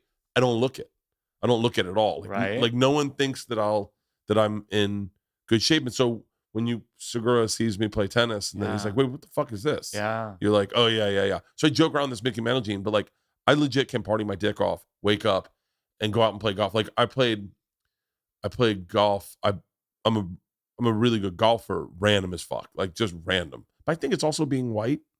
You know, I'm good at a lot of white people sports like tennis, golf, swimming. Like I'm a legit swimmer. Like I can legit swim. I talk about swimming in my show at length because that was the whole key to me sort of getting my fitness together. Because I was. Oh, do you swim? Yeah, I swim every day because it's like I had diabetes. I reversed my diabetes. I talk about this on the show. Reversed my diabetes. I had bladder cancer when I was 20 years old. What? Yeah. Malignant tumor, took it out, hasn't come back. Very lucky. Very lucky. And how did you know you had bladder cancer? I had blood in my pee. Okay, yeah. And then I sleepwalked. I have REM behavior disorder. I jumped through a second-story window, ended up with glass and all over my body. They did stitches, everything, and did all these sleep studies. And so I had type 2 diabetes, cancer, REM sleep behavior disorder. I had sleep apnea. I don't have it anymore. And I just have a laundry list of stuff that's wrong with me. But it's funny you should say that about your doctor saying, you couldn't run a marathon. I did. I was talking to a doctor recently who came to my show because I talk about all this medical stuff in my show. I played DC. I was talking to her about how people come up to me and say their sleepwalking stories all the time. And they go, what should I do? As though I'm a doctor. Like, I don't know anything.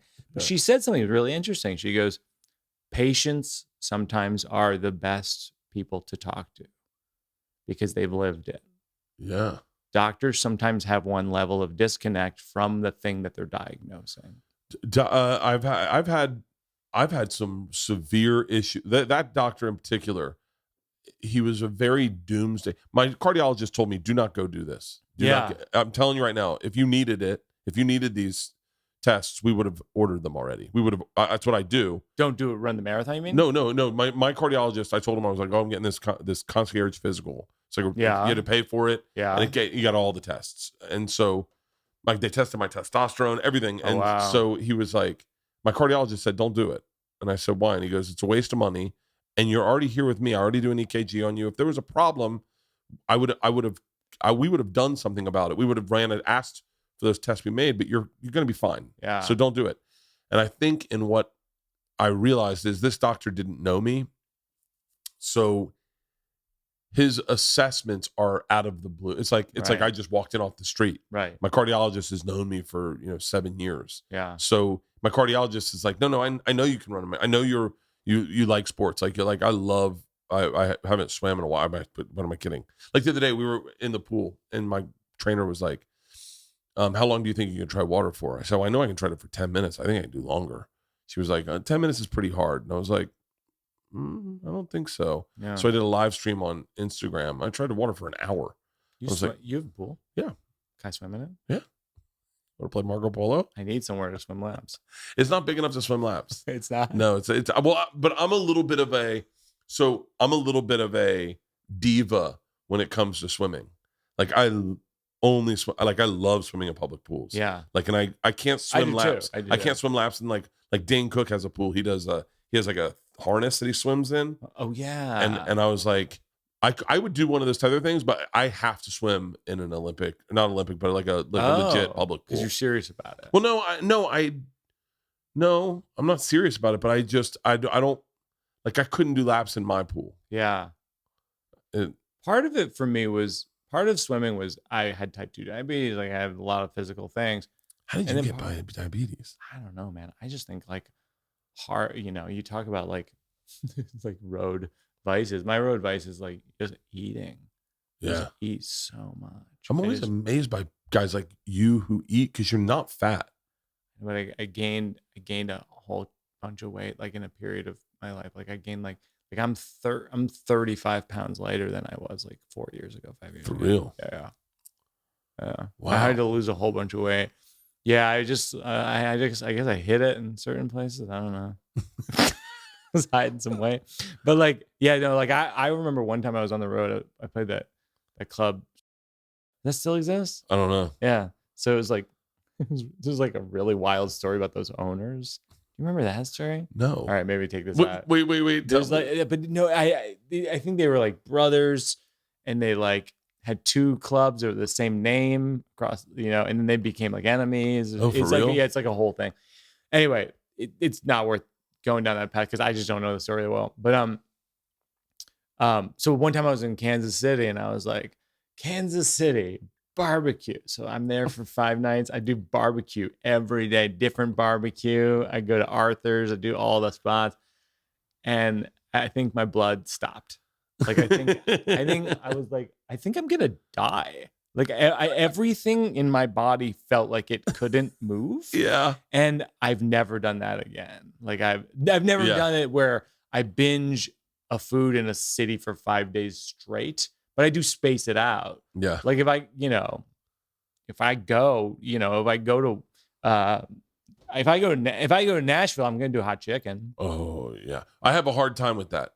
So I have a hard time not doing the thing in that city. And like, and I'm really aggressive.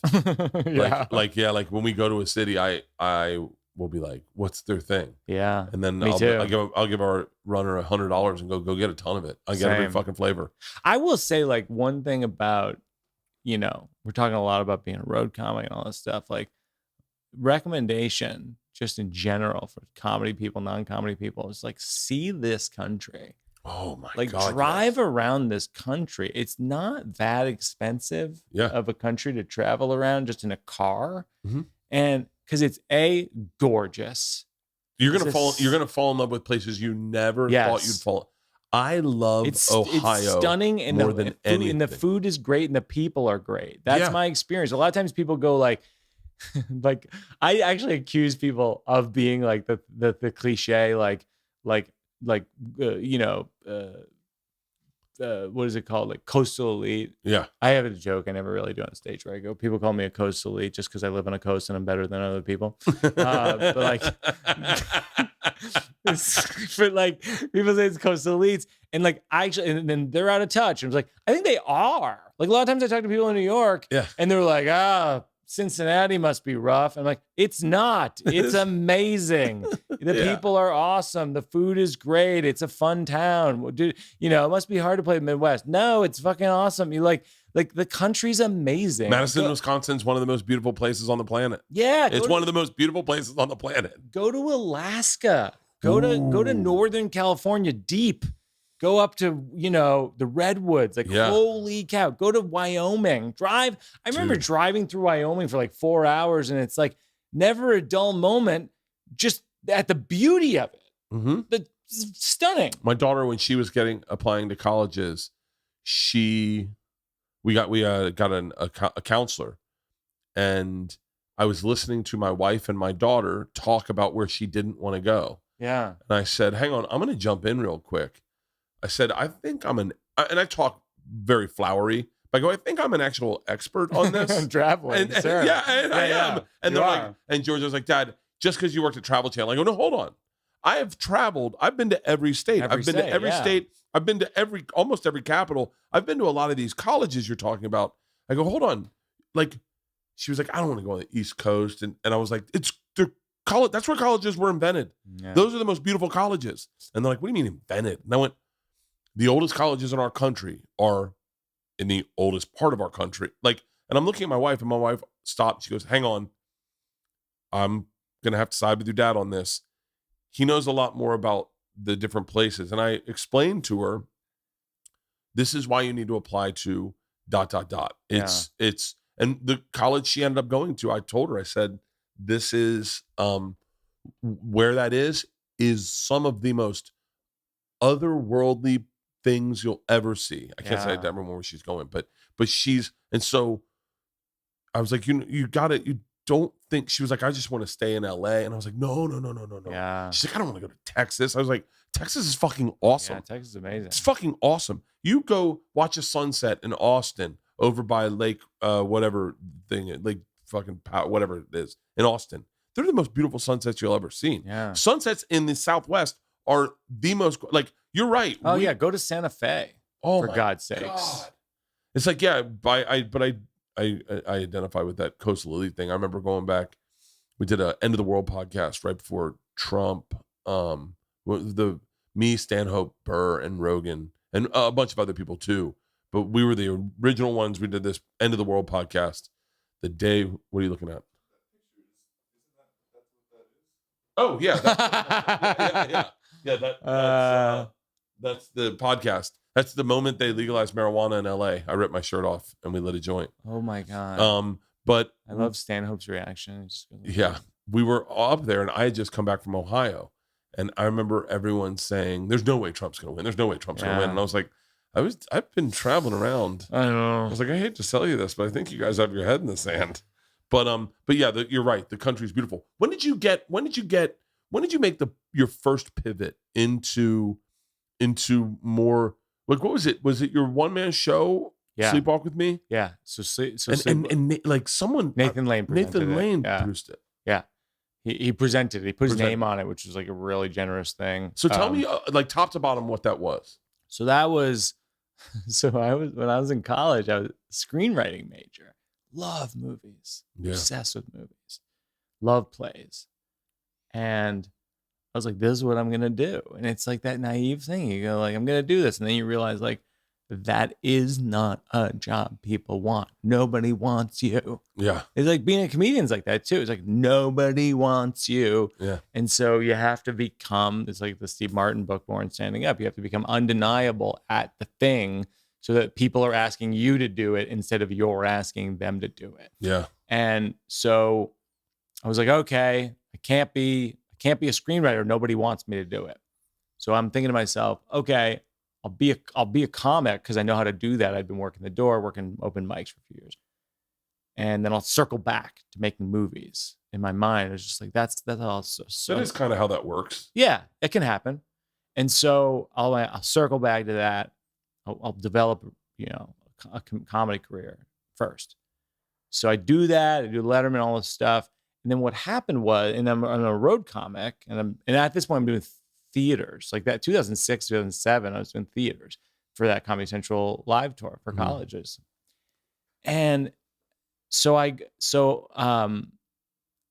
start to get all this heat from CBS and NBC to do a sitcom, and I do it, and I did a pilot, and it's like the Mike Birbiglia Untitled Project or whatever, and it's like Nick Kroll played my cousin, Bob Odenkirk played my brother. It's like a real like murderer's row of like people. Yeah, it was good. It could have been great. And by the end of the notes process, it had become so watered down that it didn't feel like me anymore. Yeah. And And then it didn't get picked up. And it actually was the luckiest thing that ever happened to me, because the moment it didn't get picked up, I was like, yes, that's what should have happened. I shouldn't do a sitcom. I should be doing these solo shows that I've always enjoyed, like solo plays. And so I had been writing for a few years, like as a project, Sleepwalk with Me, which ended up being my first show. But I had it in my notebook. I had my whatever. I'd written it. But I was like, I'm going to take this seriously. This is my next thing. I'm going to go and I'm going to see every solo show on and off Broadway. And I did. And I was like, okay, the best one is The Tricky Part by this guy, Seth Barish. So I call Seth Barish, cold call him. Hey, Mike Birbiglia, I'm a comedian. I wrote the show Sleepwalk with Me. You want to meet? He met with me. We got along well. We start working together for like off and on, like for like a couple of years, developing the script and him giving notes. And then 2008, after the sitcom pilot failed, came back to New York, got married at City Hall. Jenny and I decided we're going to get married, and I'm going to try to mount Sleepwalk with Me with the production values that I saw in Los Angeles with these sitcoms. I was like, I just need to have my work have more production value and just have more fully realized vision. And so there was a friend from college, Eli Gonda, had a film production company, and he wanted to wanted to talk about doing something with me. And I was like, what about we do this theater show? And so he came in and produced it at the Bleecker Street Theater. And then it ran for 8 months. And Nathan Lane agreed to present it because he was a fan of my work and he really loved the show. I saw you guys on The View or something. Yeah. Together. Yeah. I was like, wow, fucking badass. It was weird. Yeah. And then like, I have to say, like, what was that other guy's name? Before we go too far, what was that other guy's name? I want to follow him. Eli? The Tricky Part. Oh, Seth Barish. Yeah. Seth Barish. He's my director. He directed Old Man in the Pool, which is the one I'm doing at Mark Taper for him. But like, he and I have done 5. So then since then, he and I have done, this is our 5th show together. I want to write this name down. Seth Barish. Seth Barish is amazing. And he taught Anne Hathaway. He taught Tony Hale. I mean, he's like a brilliant actor. He's if you look at his picture, you might recognize him from acting roles, because he's one of those guys in acting. He's a brilliant actor and acting coach. He's on the show Billions. He was on Sopranos. He's just like, it's this. Yeah, he's okay. It's this guy. Yeah. He gets recognized and a lot. His one man show was pretty fucking awesome. He directed it. He directed this guy Marty Moran's one person show. It's called The Tricky Part. It was unbelievable. It was like the best, because what they did was Marty Moran had this story that was really, really sad about him being abused by these church folks when he was a kid, and it was brutal. Yeah. The way they told it felt like it was your friend telling you a story. It didn't feel like, oh, I'm supposed to feel, they're pulling the heartstrings. It more felt like, no, listen, this is this thing that happened to me, and this is my takeaway from it. Like it had a very conversational feel. And I've always tried to strive towards like just conversational comedy, like just talking, telling stories, but just telling a story. You know what I mean? Yeah. So he and I really jived in that sense of sensibility. And so we started working together. So this is our 5th show. So we did Sleepwalk with Me, and then we did My Girlfriend's Boyfriend. Thank God for Jokes, the new one, which was the first time we went on Broadway, the last one. And then The Old Man in the Pool, which is at the Mark Taper Forum now, and hopefully, knock on wood, will be on Broadway sometime, in the next 6 months or so. So like so we've just worked together for like 15 years. Wow. And it just changed the way I looked at everything, because I was like, okay, I took my playwriting, screenwriting thing that I'd studied and focused on, and took my stand-up, which I'd really like obsessed over, and it kind of merged them. So I have these shows, they're kind of hybrid shows. And sometimes people go like, well, that's not stand-up. But it's funny if you say like if you're in a Speedo, that's not comedy. I was like, it's like, well, no, everything is what you do. You go on stage and you try to connect with people. The way I do it is I tell stories that have some sad parts and jokes, and that's what I do. Yeah. And it's like this whole thing of like categorizing, like that's stand-up, but that's not stand-up. This is a play. That's not a play. It's like, who gives a fuck? It doesn't matter. It's beach season. You know what that means? Your tattoos are in full view. That's right. I don't know if you know this, but I'm covered in tattoos. Actually, I don't have any. Halston's covered in tattoos. But if you have one and you're one of the 40% of people under 35 that have them, you know that you want to represent them right. Let me tell you about a new awesome product that we got sent and Halston's been using, and it is awesome. It's called Mad Rabbit. They're committed to reinventing the tattoo aftercare. Founded by two friends with a passion for ink, Mad Rabbit creates simple, effective, and natural products that help improve the healing process and preserve tattoos, all delivered to your door. I'm telling you, there are both old and new tattoos for all skin types. It is effective for all of them. It is made with natural ingredients. So I mean it. This balm has 8 ingredients: shea butter, cocoa butter, beeswax, cannaludu, it's a flower, sweet almond, lavender, frankincense, and cucumber. That's it. And so forget the days of ingredients you can't pronounce. Like those? Like I just did. By the way, I can't read. With Mad Rabbit, you know what you're putting on your body is all truly natural. I'm telling you right now, we gave some to Halston. They kind of lighten them up, like brighten them up a little bit, right? Yeah, I've got this like 10-year-old tattoo that used to be super colorful, but like over the years, and like I have really dry skin, so it looks like it's faded, but it's actually not. I just need to put some proper balm on it and not just some like shitty lotion with a bunch of like horrible ingredients in it. With ingredients that you don't even know are going to destroy the ink. I'm not into that. So like I put this on and like the tattoo color really pops.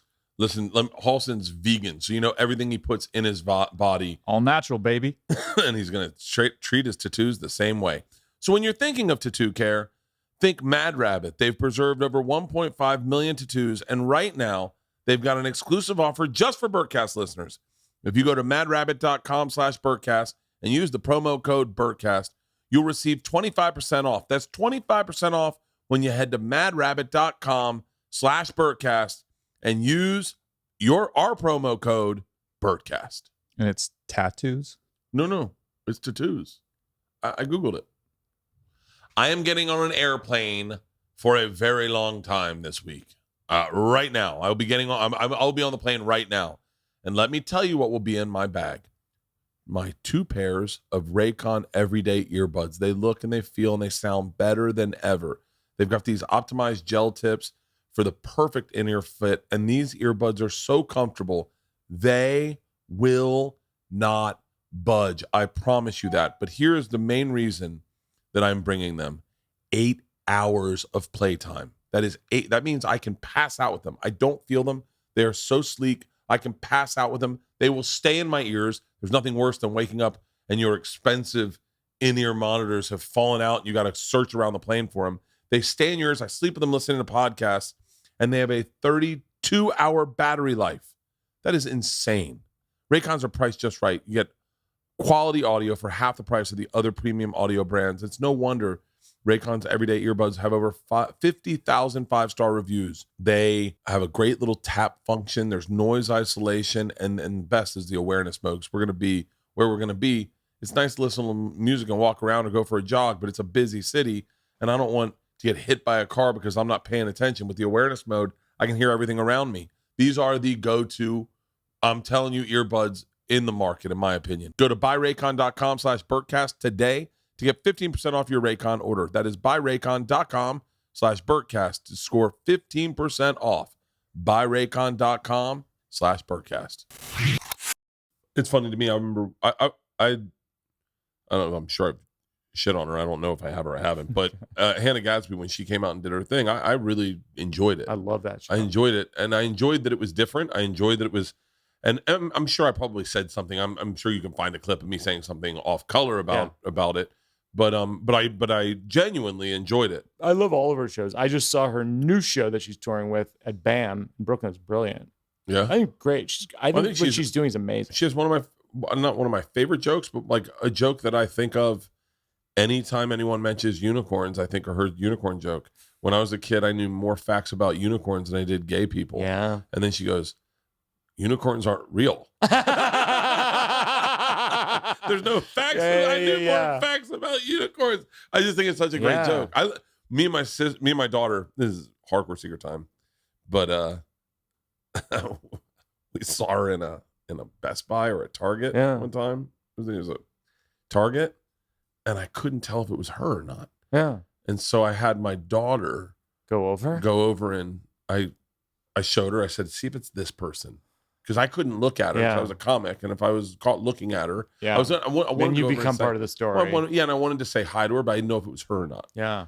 And so I gave my daughter my phone. My daughter just goes up to her and looks at the picture in her and goes, "Yeah," and walks away. I go, "That's not how it's done, Isla. That's really funny. You look at it first, then walk over." Gosh. She just went up and went, That's "Yeah." not how it's done.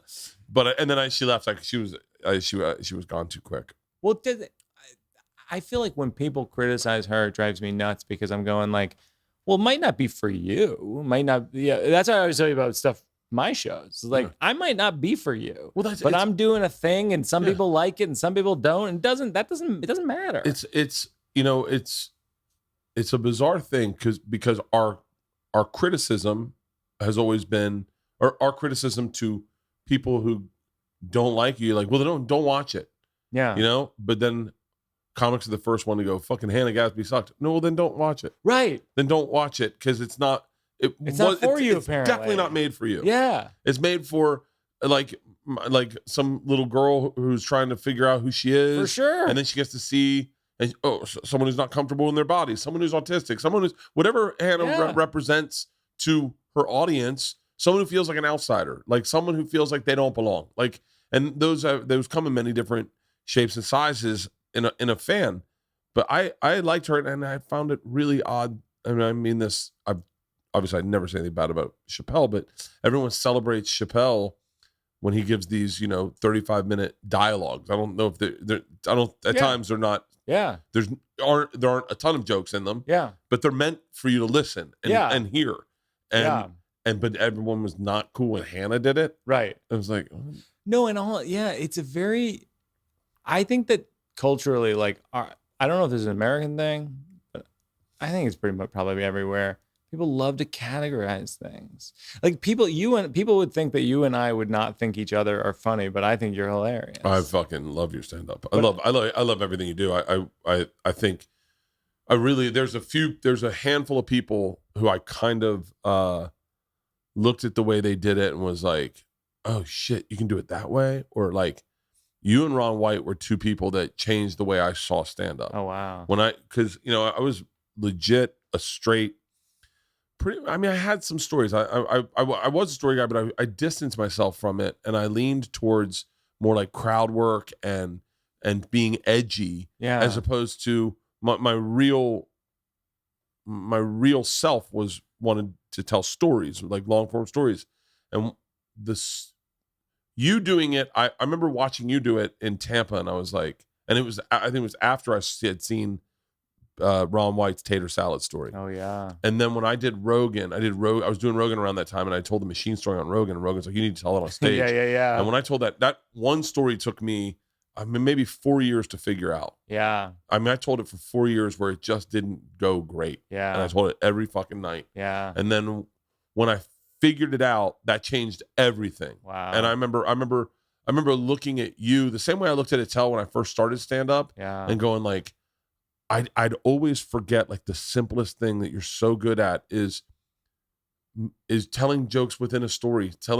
You're so good at littering a story with humor, like but telling a really interesting story at the same time. Thanks. Well, you have that too, but you know what's funny about you? The difference between yours and my approach to it, because it's like I always think when I watch you, I'm like, well, you have a lot of audience members that are probably like drinking hard. Yeah. Because you drink hard, so your audience reflects you a lot of times. Yeah.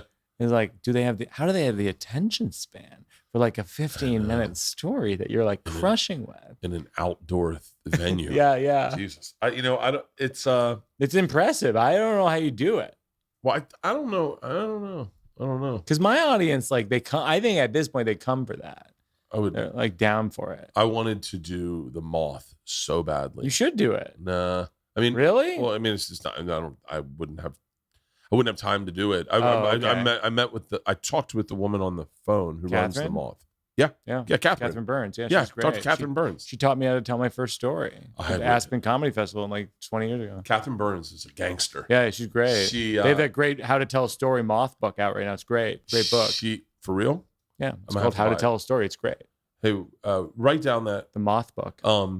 She called me up and I said, she's a fucking gangster, dude. I like that lady. She's great. She called me up and she said, so this is a while ago. And she was like, so I understand I wanted to do the moth. And she, I heard you want to do the moth. And I said, I do. She goes, okay, what story were you thinking about telling? I go, I have this really great scuba diving story where I almost died. And she goes, I said, what do you mean? She goes, well, I'm talking to you on the phone right now, huh? And I said, yeah. And she goes, so I don't really care. I think you live. I know the end of that story. Yeah. What other stories? That's funny. Yeah. I was like, fuck yeah. And I was like, yeah, fuck that story.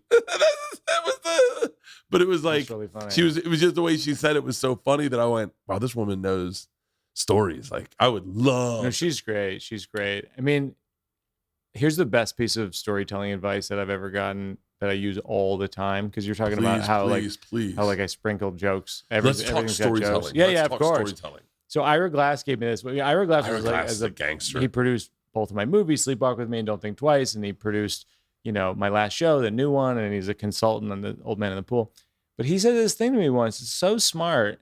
I repeat it constantly. He goes, a story, to keep people interested in a story, you tell a little bit of the story, and then you talk about how do you feel about that thing. You tell a little more story, how you feel about that thing. And our strength as comics is the how do you feel about the thing? Jokes. Yeah. Yeah. Right? So it's like that's the ball game. For me, that's the structure of everything I do. I tell a story like a cornucopia. Yeah. Right? It starts out here. yeah. And then that's how I start, and then it gets really wide. Yeah. But I need it to end. I always say that. I always say this is about stories. People come up to me all the time and go, how do I start telling stories? I'm a comic, but I want to tell stories. I go, make sure you have an ending. Yeah. Because the audience wants to know two things. They want to know when it's over and early in the story. This is right now. This is the most important lesson in storytelling that I didn't learn until very late in my career.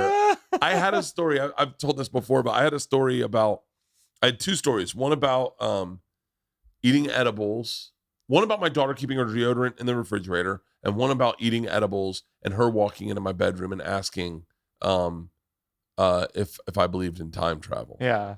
And I fucked them up one time. It was two my daughter keeps her deodorant in the refrigerator. I don't keep the name on the cap on the base, and then I what's she doing there? Leanne's like, I like, apparently not. And then one day she takes it, swipes it, rubs it under her lip, rubs it on her top lip, puts the cap on, puts it back in the refrigerator. What the fuck are you doing? She goes, mind your own business. And she walks away. Oh my God. So that was the end of that story. And I would tell the time travel first and then tell that. One night I get drunk. I tell that first and I forget. I just randomly start then telling the time travel story. It was like I messed up the chunk the way it did. But the time travel thing is I ate edibles, overprescribed myself. She comes in. Middle of the night, I'm high as shit. She goes, Dad, you awake? I'm like, yeah, what do you need? She's like, do you believe in time travel? And I'm like, by the way, I really believe in time travel. I really believe in time travel. And I'm like, I do. Yeah. I do. Why? And she goes, would it be possible for someone to come to the future to talk to me now about the future? And I go, yeah, why? She goes, that's all I need to know. Good night. And just leaves. That's great. And then I go, ooh, I fucked it up, but I could finish off. I go, now I'm sitting in bed going, shit. Is there like a 30-year-old version of my daughter sitting in her bedroom going like, I told you I was real. Listen, your dad's going to die, but we can save his life. I need you to put your deodorant in the refrigerator. and it got an applause break. And I get off stage. The dude I was working with, I wish I knew this guy's name. I was in Calgary. He said the most prolific statement, which you just said to me. He said that was great. And I was like, I got an applause break. And he goes, yeah. I said, why do you think they gave me an applause break? And he goes, well, I clapped too. I said, you did? And he goes, we knew it was over. We knew it was over. I was, Mike, If you watch Hey Big Boy, every story has like an ending. Ta-da! Yeah, there's an ending. And that's the way they make the sausage. People want to know, I think, two things. They want to know this story's gonna have an ending. Yeah. And they want to know that something's ending. Yeah, they want to know. That's all. Yeah. I always say that, like, comics, like if you have stories, like, go on stage and know where it's ending and know where it's beginning, and then have tons of jokes. Yeah. And then see how many jokes the audience lets you get away with. And if you want to bail, go to the ending. Yep. I mean, it's all about just skipping to the ending sometimes because the audience is not there for it. They're like, nah. Yeah. And sometimes you tell a story and they're like, this isn't that good. I tried that scuba diving story many a time. Yeah. And she's right. The ending, I don't die.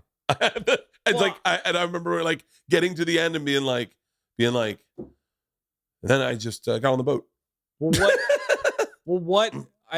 Tell me the gist of the story. Just show me like a few My sentence first version of open it. water dive was at 90 feet. Okay. 90 feet deep? Yeah. Oh my God. Yeah. I was not prepared. Okay. It was just the way Travel Channel operated. Unbelievable. And so, Wow. yeah. So I'm hooked. So it was in Fiji Oh my God. in a legit electrical storm, thunderstorm, Wow. in a steel boat. John Mans, one of the guys in the other room, John Mans, my cameraman, was with me for this. And it's thundering and lightning, it's storming, but we have to shoot it because we're shooting it for Travel Channel. I have never once. I'm so hooked in on this story. I've never once gone scuba diving where I got to pick what I wanted to scuba dive for. Yeah. Every time it's been forced on me. Yeah. And it's been bad weather, and they're like, Yeah. all right, go now. Yeah. So I only had one previous dive in open water for this at 20 feet where I watched my dive partner Yeah. almost die.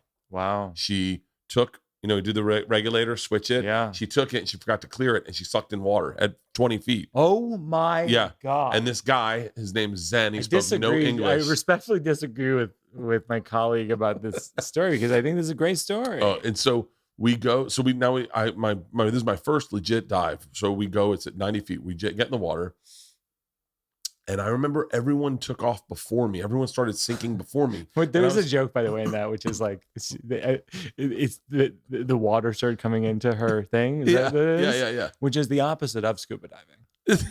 Like maybe a joke. Like it's the opposite of scuba diving. It's the one thing you you're not supposed to do. insert water into your body. Maybe she had seen the abyss too many times. Yeah. I was like, oh, you can breathe this water in. Okay, so then where does it go? So I have a panic attack. Underwater. You're underwater. No, I start to descend, and I have an acute awareness very quickly of what I want and what I don't want in life. Yeah. And everything I don't want is at the bottom of this ocean. Yeah. All the things I don't want are down there, and all the things I Okay. want, like pizza, cable, Yeah. like all that is up top. And I'm Yeah. like, what the fuck am I going down there for? And my dive instructor, a Fijian woman who looked a lot like Junior Seau, Okay. like a big woman, Okay. just grabs me and goes, and just grabs me and hits the descending button. Oh wow. And just takes me down with her. And I'm like, it is the when you the ship was at 90 feet. At the bottom of the 90 feet, the ship's mast was at 40 feet deep. So there's 40 feet where you're going and you don't see anything. You're just going down, Wow. down, and then you see a ship. And this is the thing I hung this is what I hung my hat on was that I had just as a comics awareness, as I was like, it's kind of weird that we're celebrating this shipwreck. Like that, like this is like the worst day of someone's life, Right. and we're down there like, Oh, that's fascinating. this is so cool. Oh, that's really like good no one was observation. like, man, I hope these people enjoy this ship, and jumped off. They were like, we're all gonna die. I'll never see my children. And then we're like, but look at it. And right. It's the ultimate rubbernecking. yeah. It's like the next ultimate- level. It's next level rubbernecking. Yeah. Everyone's dead. Yeah. Full wreckage. Let's go check it out. So that's so funny. Two of the guys that scuba dived with me are in my house right now. Wow. They're in my house right now. We go down, and my panic goes away. I see the camera. As soon as I see the camera, my panic goes away, and we start doing the dive. And I'm almost shooting this, so I got to do some stuff for camera. Take the thing out, smile underwater. 90 feet underwater. 90 feet underwater, and I got to clear my mask. We got to do a bunch of things to pass the class. Like I got to do, but it's so. But I got so excited. All of a sudden, that same lady just comes up to me and just hits my valve, and then goes up. You're out of air, and I look down and I'm in the red. Oh no! And so me and this woman, buddy, and this was another bit that I thought was really funny. In a moment of panic, like she looks at me and says, "We need to get the fuck out of here now." Yeah. But the rate of ascension in scuba diving is 10 feet per minute. Do you know what that looks like? Slow. That's we need to get the fuck out of right here now. And you're like, that's very like, funny. and so the visual of like, of walking that on stage, I always thought that was funny. Right. And then we need to get, right. It's like, we need to get the fuck out of here now. Yeah. It's like, it's so, that was one of the things. Funny. The visual, that's great. Yeah. I love that. But then we get to, right. So maybe a joke is there too, is like the speed that's occurring is in my heart. Yeah. You know what I mean? Yeah. Because it's all internal. Yeah. Because the thing's going like this, but inside you're like, and as I would go faster, she'd grab my leg and pull me down. Oh my God. And so I'm like, I'm trying, and we is this so you don't get like the vertigo? bends. The bends. Yeah, exactly. And so then we get to 15 feet. And I realize every one of my crews run out of air. We've all run out of air. No. And they now have tanks down there for us to hold on to and breathe because we're all out of fucking air. Oh, no. Then we get up to the top, and she says, to get your certification, you got to go down to 30 feet with me one more time for 15 minutes. So I'm like, I just ran out of fucking air. I'm fucking I'm not having a good time. It's thundering and lightning. We're up here. She goes, we need to go down one more time. I'm like, fuck you. And so then she just grabs me, pulls me down to 30 feet, and I just stared at this woman at 30 feet with a new tank on. And every time I've gone scuba diving, I've had, but it's not have a good ending. Here's why. This is what I do on my podcast, by the way. Yeah. My podcast is called Working It Out. We work out stories, jokes. We're going to have you on. I have a great story to tell you. Oh, great. I have a great story to tell you. I have a great story. But like, because this is what I do all day with, my brother Joe and all Seth and Peter and all my like colleagues. Mabel is like we just kick around stories, and it's like, what, and with Ira Glass, like what is not making this an interesting enough story? And I think with yours is like, it's like, in a great story, you're a little bit different before the story than you were after the story. And I think you don't have that yet. No. I think it might exist in you. Yeah. You know what I mean? It's like, do you feel like it changed you at all? Did you react any differently after, scuba diving in the future, anything like that? It instilled a little bit of confidence in me that I could do it. Yeah. Because I remember I'm a person that I do see certain things as insurmountable when it comes to anxiety. Yeah. Like I had a moment when I worked at Travel Channel where they wanted me to do this ride at Cedar Point, is the big amusement park in Sandusky, Ohio. Wicked Twister, I think. Now I forget what the name of the ride is, but it's a ride where it's like it's a thing like this. All the seats are on the outside. The stick goes up like this, and it swings you like this, like a pendulum. Okay. And this spins. And I had the worst anxiety attack I'd ever had in my life. Oh, wow. Watching the ride. Can you pull up the ride so I can show you? I was watching the ride, and it was coming past me, and I'm doing a read, and I have a panic attack, and I went to. It's scary. I went to. It's not Wicked Twister. Wicked Twister's a ride they just told down. Put in Swing Ride, Swing Ride Cedar Point.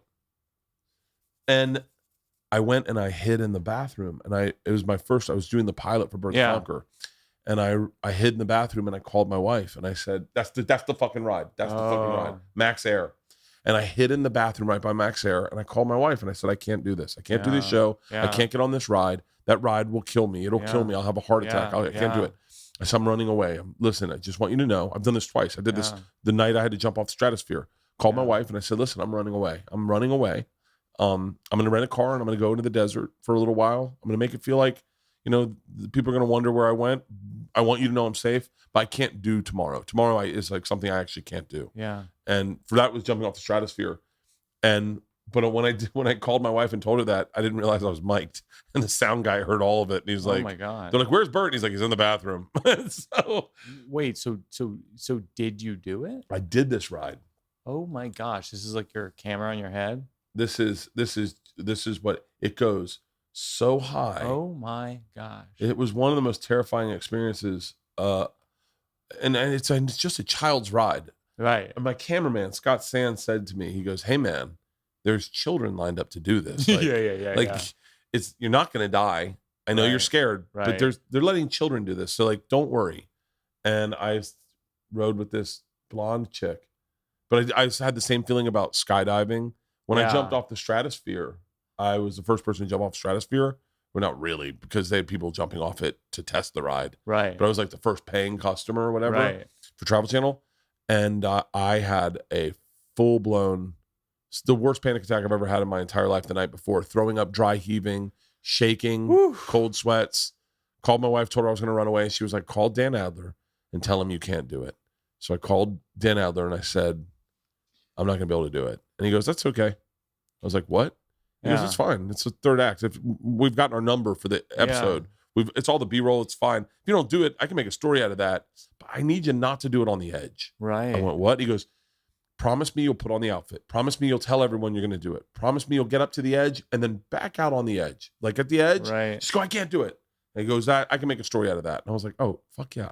So the whole day leading up, I'm like, I'm just going to walk out. I'm going to not do it. I told everyone, I'm not, just so you're all clear, I'm not doing this. I'm going to just go out to the edge and back off. Yeah. I'll make it look good.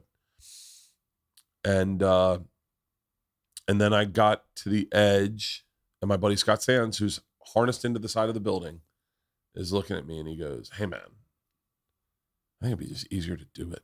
I go, what? And he goes like, the mayor's down there. Yeah. Like David Blaine's down, or not, David Copperfield's down there. Yeah. They have showgirls. Doves are going to pop out. They have a bottle of tequila for you when you land.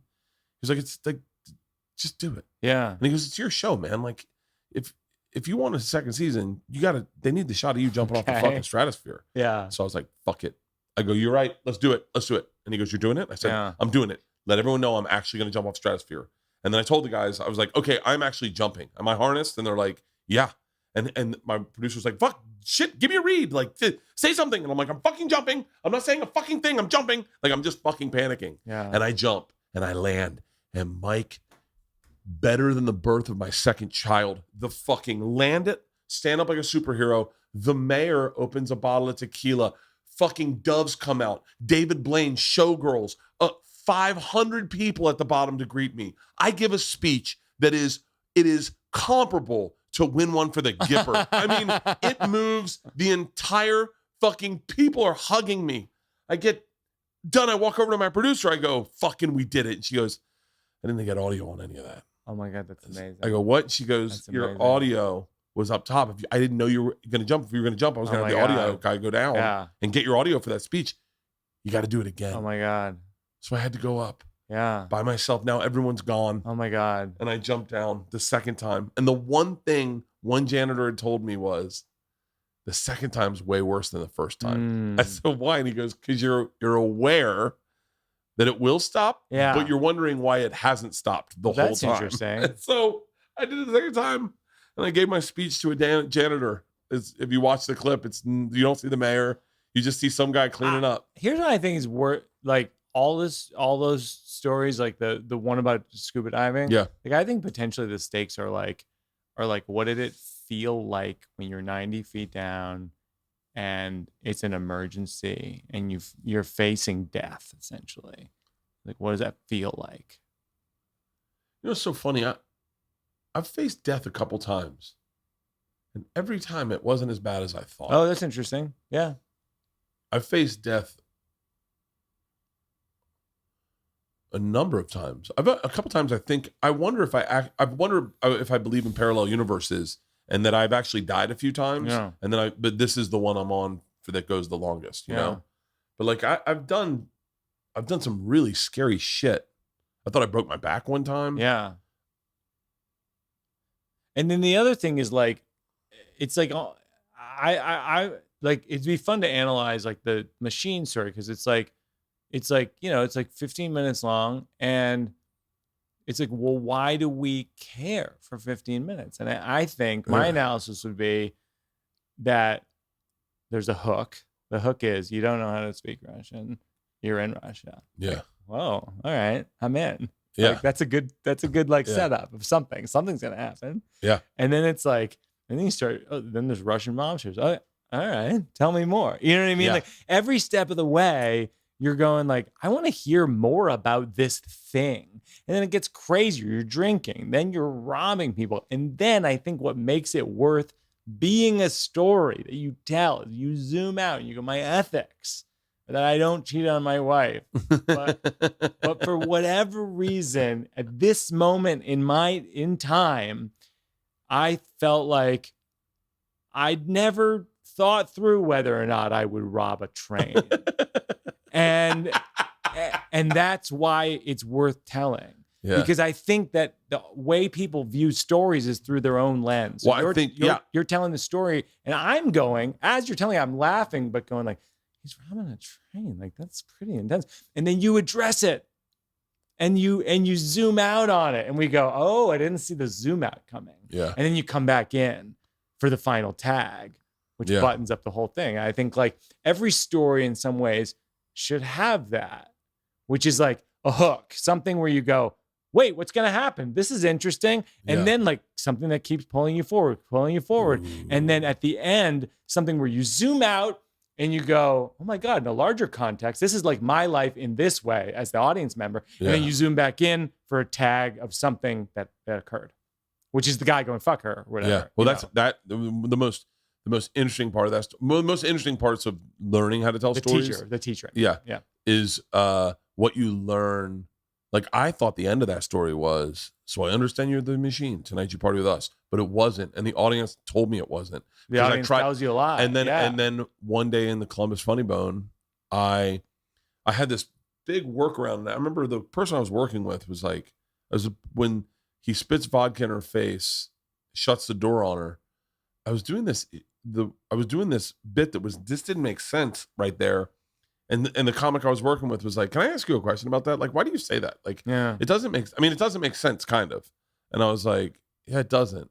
He's like, I'm just pointing that out. Which part?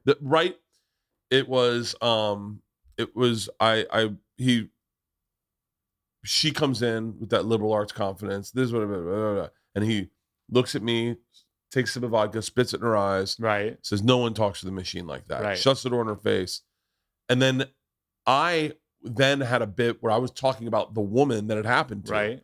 Oh, I'm in trouble. She didn't like me before this. She's really not going to like me now. Right. And I talked about her ethnicity for some reason. I thought that was important. Right. And it didn't make any sense. Right. Because it didn't matter. It didn't really matter at that point. And his comic just said, yeah, why do you bring up her ethnicity? Like, it's such an odd time to bring that up. Like, I don't really care about that. Yeah. And I went, oh yeah. And so I was like, I won't do that this show. And so he just shuts the door, looks at me, and it's something they said a lot. They said a lot to our group. Yeah. Was this is Russia. Like, they would say that. Yeah. This is Russia. And he just looks at me and he goes, fuck that bitch. This is Russia. Yeah. And I went, as soon as I said, I went, that's the end of the story. That's the end of the story. Yeah. The cop then grabs me, so you can party with us. And then I go, I lean in and I go, I'm not in trouble. And he goes, fuck that bitch. This is Russia. Right. And it was like, it's such a great. It's a forget about it, Jake. It's Chinatown. Yeah. It's the same thing. Forget about it, Jake. It's the same premise. Yeah. Same premise, because you're encapsulating an idea of what you've just watched for 15 minutes, in that case, Chinatown, 2-hour movie, into like this line. Tell me about the show you're doing now. The Old Man in the Pool? Yeah. So The Old Man in the Pool is all about aging and mortality. Is it gonna? So I just watched Moulin Rouge. Yeah. I saw it at the whatever theater. Broadway. No. Here in LA. They got to run in LA, wow. I guess. And the woman who I don't know. I'm not good with things. The woman who stars in it was the woman who created Elsa. That played the first Elsa. Okay. not really great with actors. So I don't know names and stuff. This we could bring up on the screen actually, because I would feel like an idiot if I don't know what you're talking about. I know the Broadway production of I followed her on Instagram. Oh, it's Idina Menzel? No, it's not Idina Menzel. My bad. You gotta take this out. No. This part out. It's not. By the way, she's really fucking good. Oh, Idina Menzel is unbelievable. You kidding me? Type on Moulin Rouge. Yeah, put it in Los Angeles. Los Angeles. It's at the Pantages? Yeah, right there. Oh, right it's there. at the Pantages. It's at the Pantages. Oh, wow. Cast. Satine. Yes. Yeah, it's Courtney Reed. Type in who's Courtney Reed, because my daughters were in. It was the fucking coolest thing I've ever done. Yeah. I am not a theater guy. Like, I'm not. She was the original. Not Aladdin. She was the original Jasmine. Oh, okay. Yeah. Jasmine. Yeah. Okay. She. Maybe we'll clean this up because I don't want to be so dumb. No, but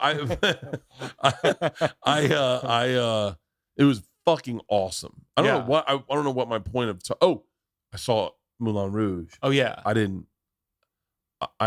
This is how bad of a theater goer I am. Yeah. I didn't know that what we were watching was the same thing Nicole Kidman was in. Yeah. Like I just Ewan McGregor. I didn't, movie. And I saw it, but I don't really remember it. Yeah.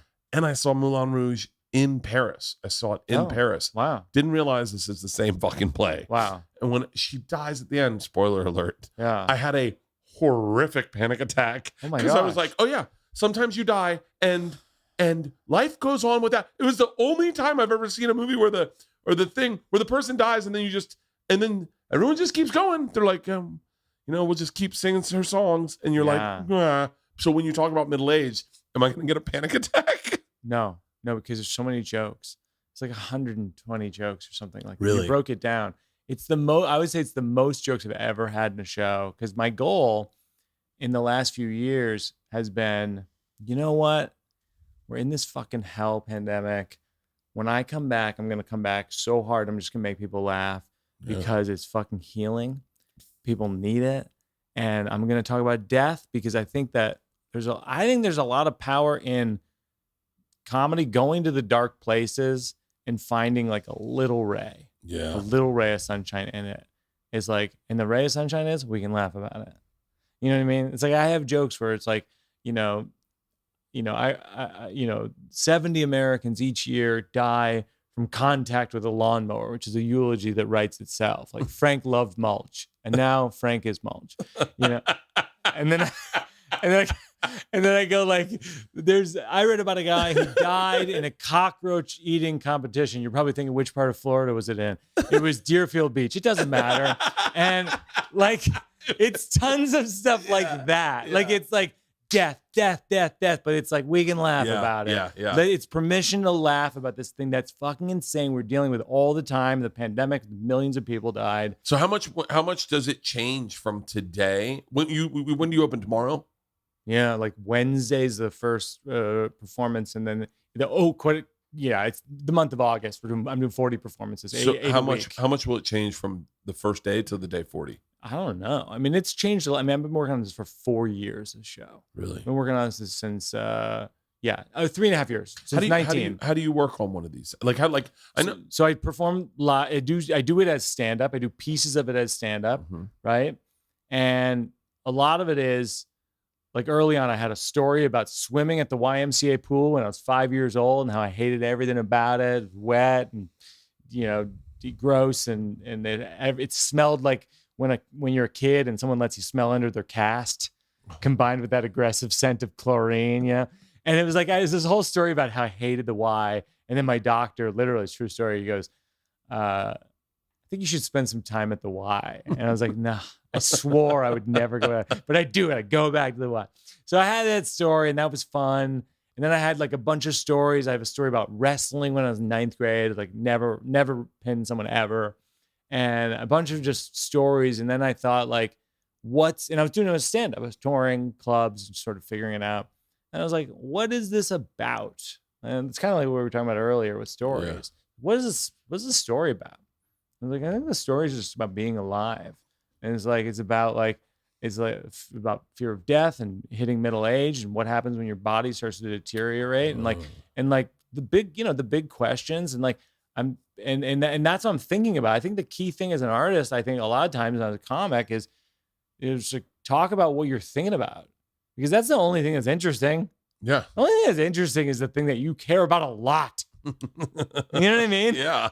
Like, because so often, like, you see, especially like young comics, and I was guilty of this when I was a young comic. It's like you see a comic and they're talking about like, the Backstreet Boys or the whatever's popular at that moment. It's like, is that really what you care about? Yeah. Is that really your interest? Or like, what are you, and so that's what's on my mind. I think about death a lot. So I think about death a lot. And I'd like to think that the people coming out of it feel better on the way out than they did on the way in. I think that that's almost always true. Sometimes when it comes to something like death, you just got to hear something once to change your perspective. Yeah. I didn't want to do this doctor's appointment because I didn't want to find out something was wrong with me. Yeah. And by not going, I could very easily, I just avoid it. Yeah. And I was like, I'm going to avoid it before the trip. We're taking a trip with the girls. I'll avoid it. I'll do it after that. I'll get a colonoscopy then. I'll do it all then. And then I was like,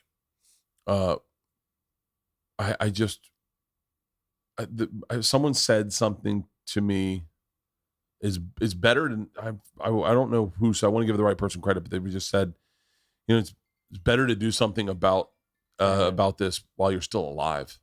Oh, wow. And I was like, huh? And they're like, it's better. Oh, I walked in. I was going into the imaging center. Do you need to get out of here? No, I don't even know. I have it on. No, I'm on do not disturb, but somehow it breaks through. I went in to get a calcium scan of my heart one time.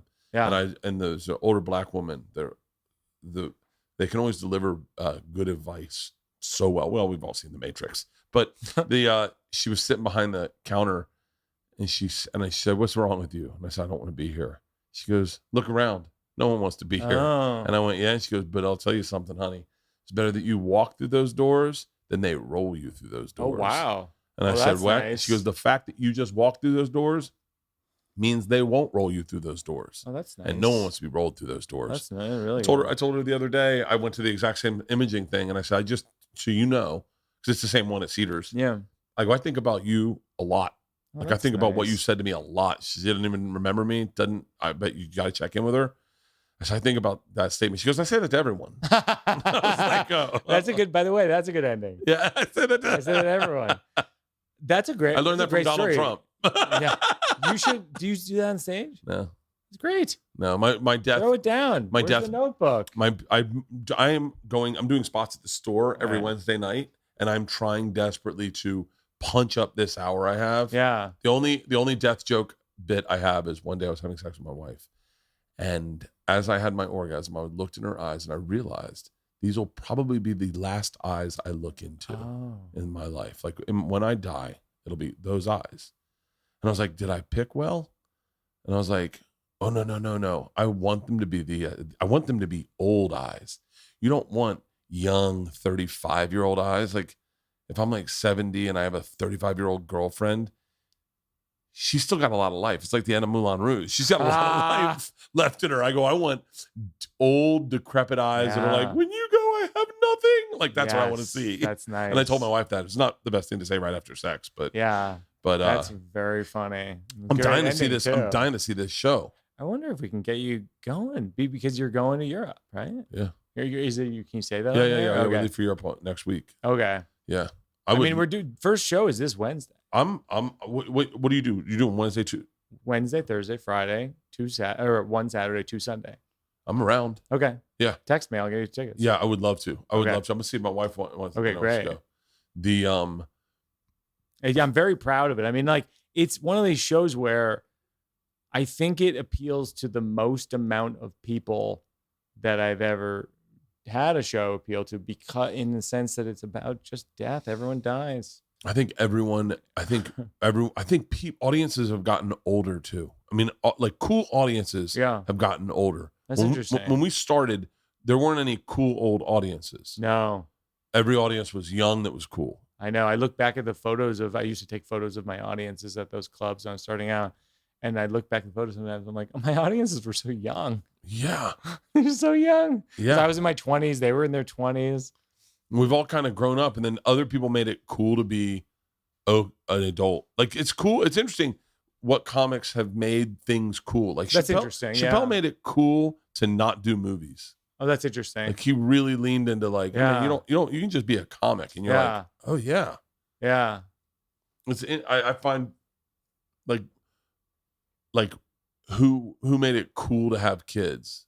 Because I remember when we both started out, anytime a guy talked about their kids, I was like, ugh, boring. Why are you ruining the night with this? Yeah, I know. This is the first person I ever knew to tell a joke about having a kid that I laughed at was Greg Fitzsimmons. Yeah. He was like, me and my son ran a train on my wife. Oh my gosh. He was like, yeah, it was kind of weird. She was breastfeeding. I was hitting it from behind him. God. I wanted to high five him, but he's just too young. I think that's his joke. It was his first one.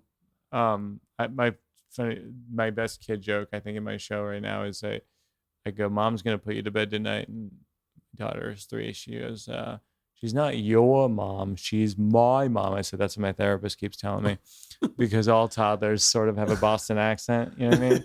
They're like, I'm tired, and Boston toddlers are like, I'm wicked tired. All toddlers have a Boston They accent. do, right? That's so fun. How is your daughter 3? She's 7 now. Yeah. The show started when I was, I want to say 17, but yeah, she's 7, which is an amazing age. I mean, she's just like incredible. I mean, I actually have nothing funny to say about her 7-year-old self, except that she's just a joy. She's pure joy. I found my last special is called The New One. It's all about how I never want to have a child, why no one should want to have a child. That's the first half of the show. Second half of the show is how I had a child and how I was right and then I was wrong, and that's how it sort of has an emotional turn. But like for the first, that show is all about the first 15 months, and it was hard. I didn't like it. I didn't like being a dad in that early stage. I remember saying to my wife, now I know why men die earlier. Oh, that's interesting. This sucks. This sucks. I don't get to make any of my decisions anymore. I just got to do whatever everyone else says. Right. Fuck, this sucks. I had a really hard time giving up my independence. And now I look back and I'm like, oh no, you just get so much more. I would look back at that exact same day. Yeah. I just fixed this. I lost the front of this tooth. It's a bonding. It came off eating a salad. Wow. And I went, look at this. I remember being so bummed. I go, I'm just falling apart. This is what happens to men. When I was single, I didn't fall apart. And now I'm having kids and I'm falling apart. I was a baby about it. I look back to that exact same day. It's maybe my favorite time to have kids. That's so funny. On that same day, we were walking around the Grove. We went to Wood Grill Ranch.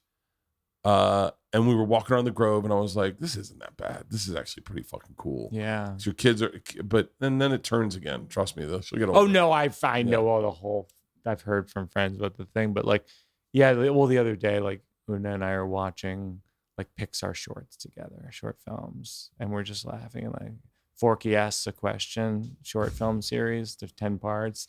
And Una and I are just doing the voice. It's just like, Forky asks a question. And Una's going, Forky asks a question. And we're just doing dueling Forkies. And it's so fucking fun. I took my oldest out on tour with us for Fully Loaded, and she watched live stand-up for the first time. She'd never seen live stand-up. Yeah. And that was like a moment I didn't realize I wanted, but now it's one of my favorite moments I've ever had. Is me and her watching Dave Attell. Oh my God. Me and her watching Dave Attell and us both laughing. It's at the same I love thing. that. We took Una. I went to London. We took I love her, the name of Una, by the way. Oh yes, she's Una Malay. One of my favorite teachers, Una Fessenden. Oh yeah. And we did the Irish spelling, Oona, and we took her to Matilda in London, just an unbelievable production. And Jen and my wife and I are just crying, and Una's just laughing and loving every second. And now she knows the soundtrack by heart, sings along, does the British accent. It's just hilarious. It's just amazing. But anyway, so I was terrible about it the first 15 months. That's what my show is about. The New One. That's what the book is about. And because early on, it's I make this joke in the show. It's you're nothing. as a dad, you're just like the pudgy, milkless vice president of the family, just like huge title, no purpose, no, But if I had one piece of advice, I wish I had been this smart when I had kids. That's a fucking perfect analogy. Oh, thanks. For my first 13 months, I was nothing. Nothing. You're the intern of the family. And no one connected with me. Yeah. And I remember trying to get Georgia to latch onto my tit just so I could have a connection. And she did. And I'll tell you one thing. If you ever had a kid latch onto your tit, which may happen, don't fucking write it out. Yeah. I didn't know you can't just rip her off. Yeah. You got to break this. There's a way to take a child off a tit. You have to unlatch them. Yeah. I didn't know that. Oh, wow. Yeah, but I had seen 2 dogs fuck one time, and I knew how to stop that, so I just sprayed her with hot water. Have you done this on the stage? Have you done this? No. Get this down. Get this down. Yeah, this is all great stuff. This is great. Are you kidding me? No, that was during the tough crowd times. I love those. I look back now so fondly at a time I felt useless. You know what? I in the show I read a journal entry from my show, from my life. I would love to read your journal. You wouldn't. It's miserable because it's like what I always recommend to people on my podcast is like is like writing a journal because it's the best therapy. Is you write down what you're angriest about and you're saddest about because life can feel so claustrophobic. But sometimes if you write down those things, you can see your life as a story, and it allows you to zoom out and encourage the main character to make better decisions.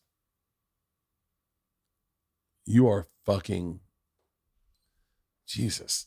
Let me give you my journal real quick. Are you in therapy? Of course, right? Yeah, of course. Yeah. I'm broken.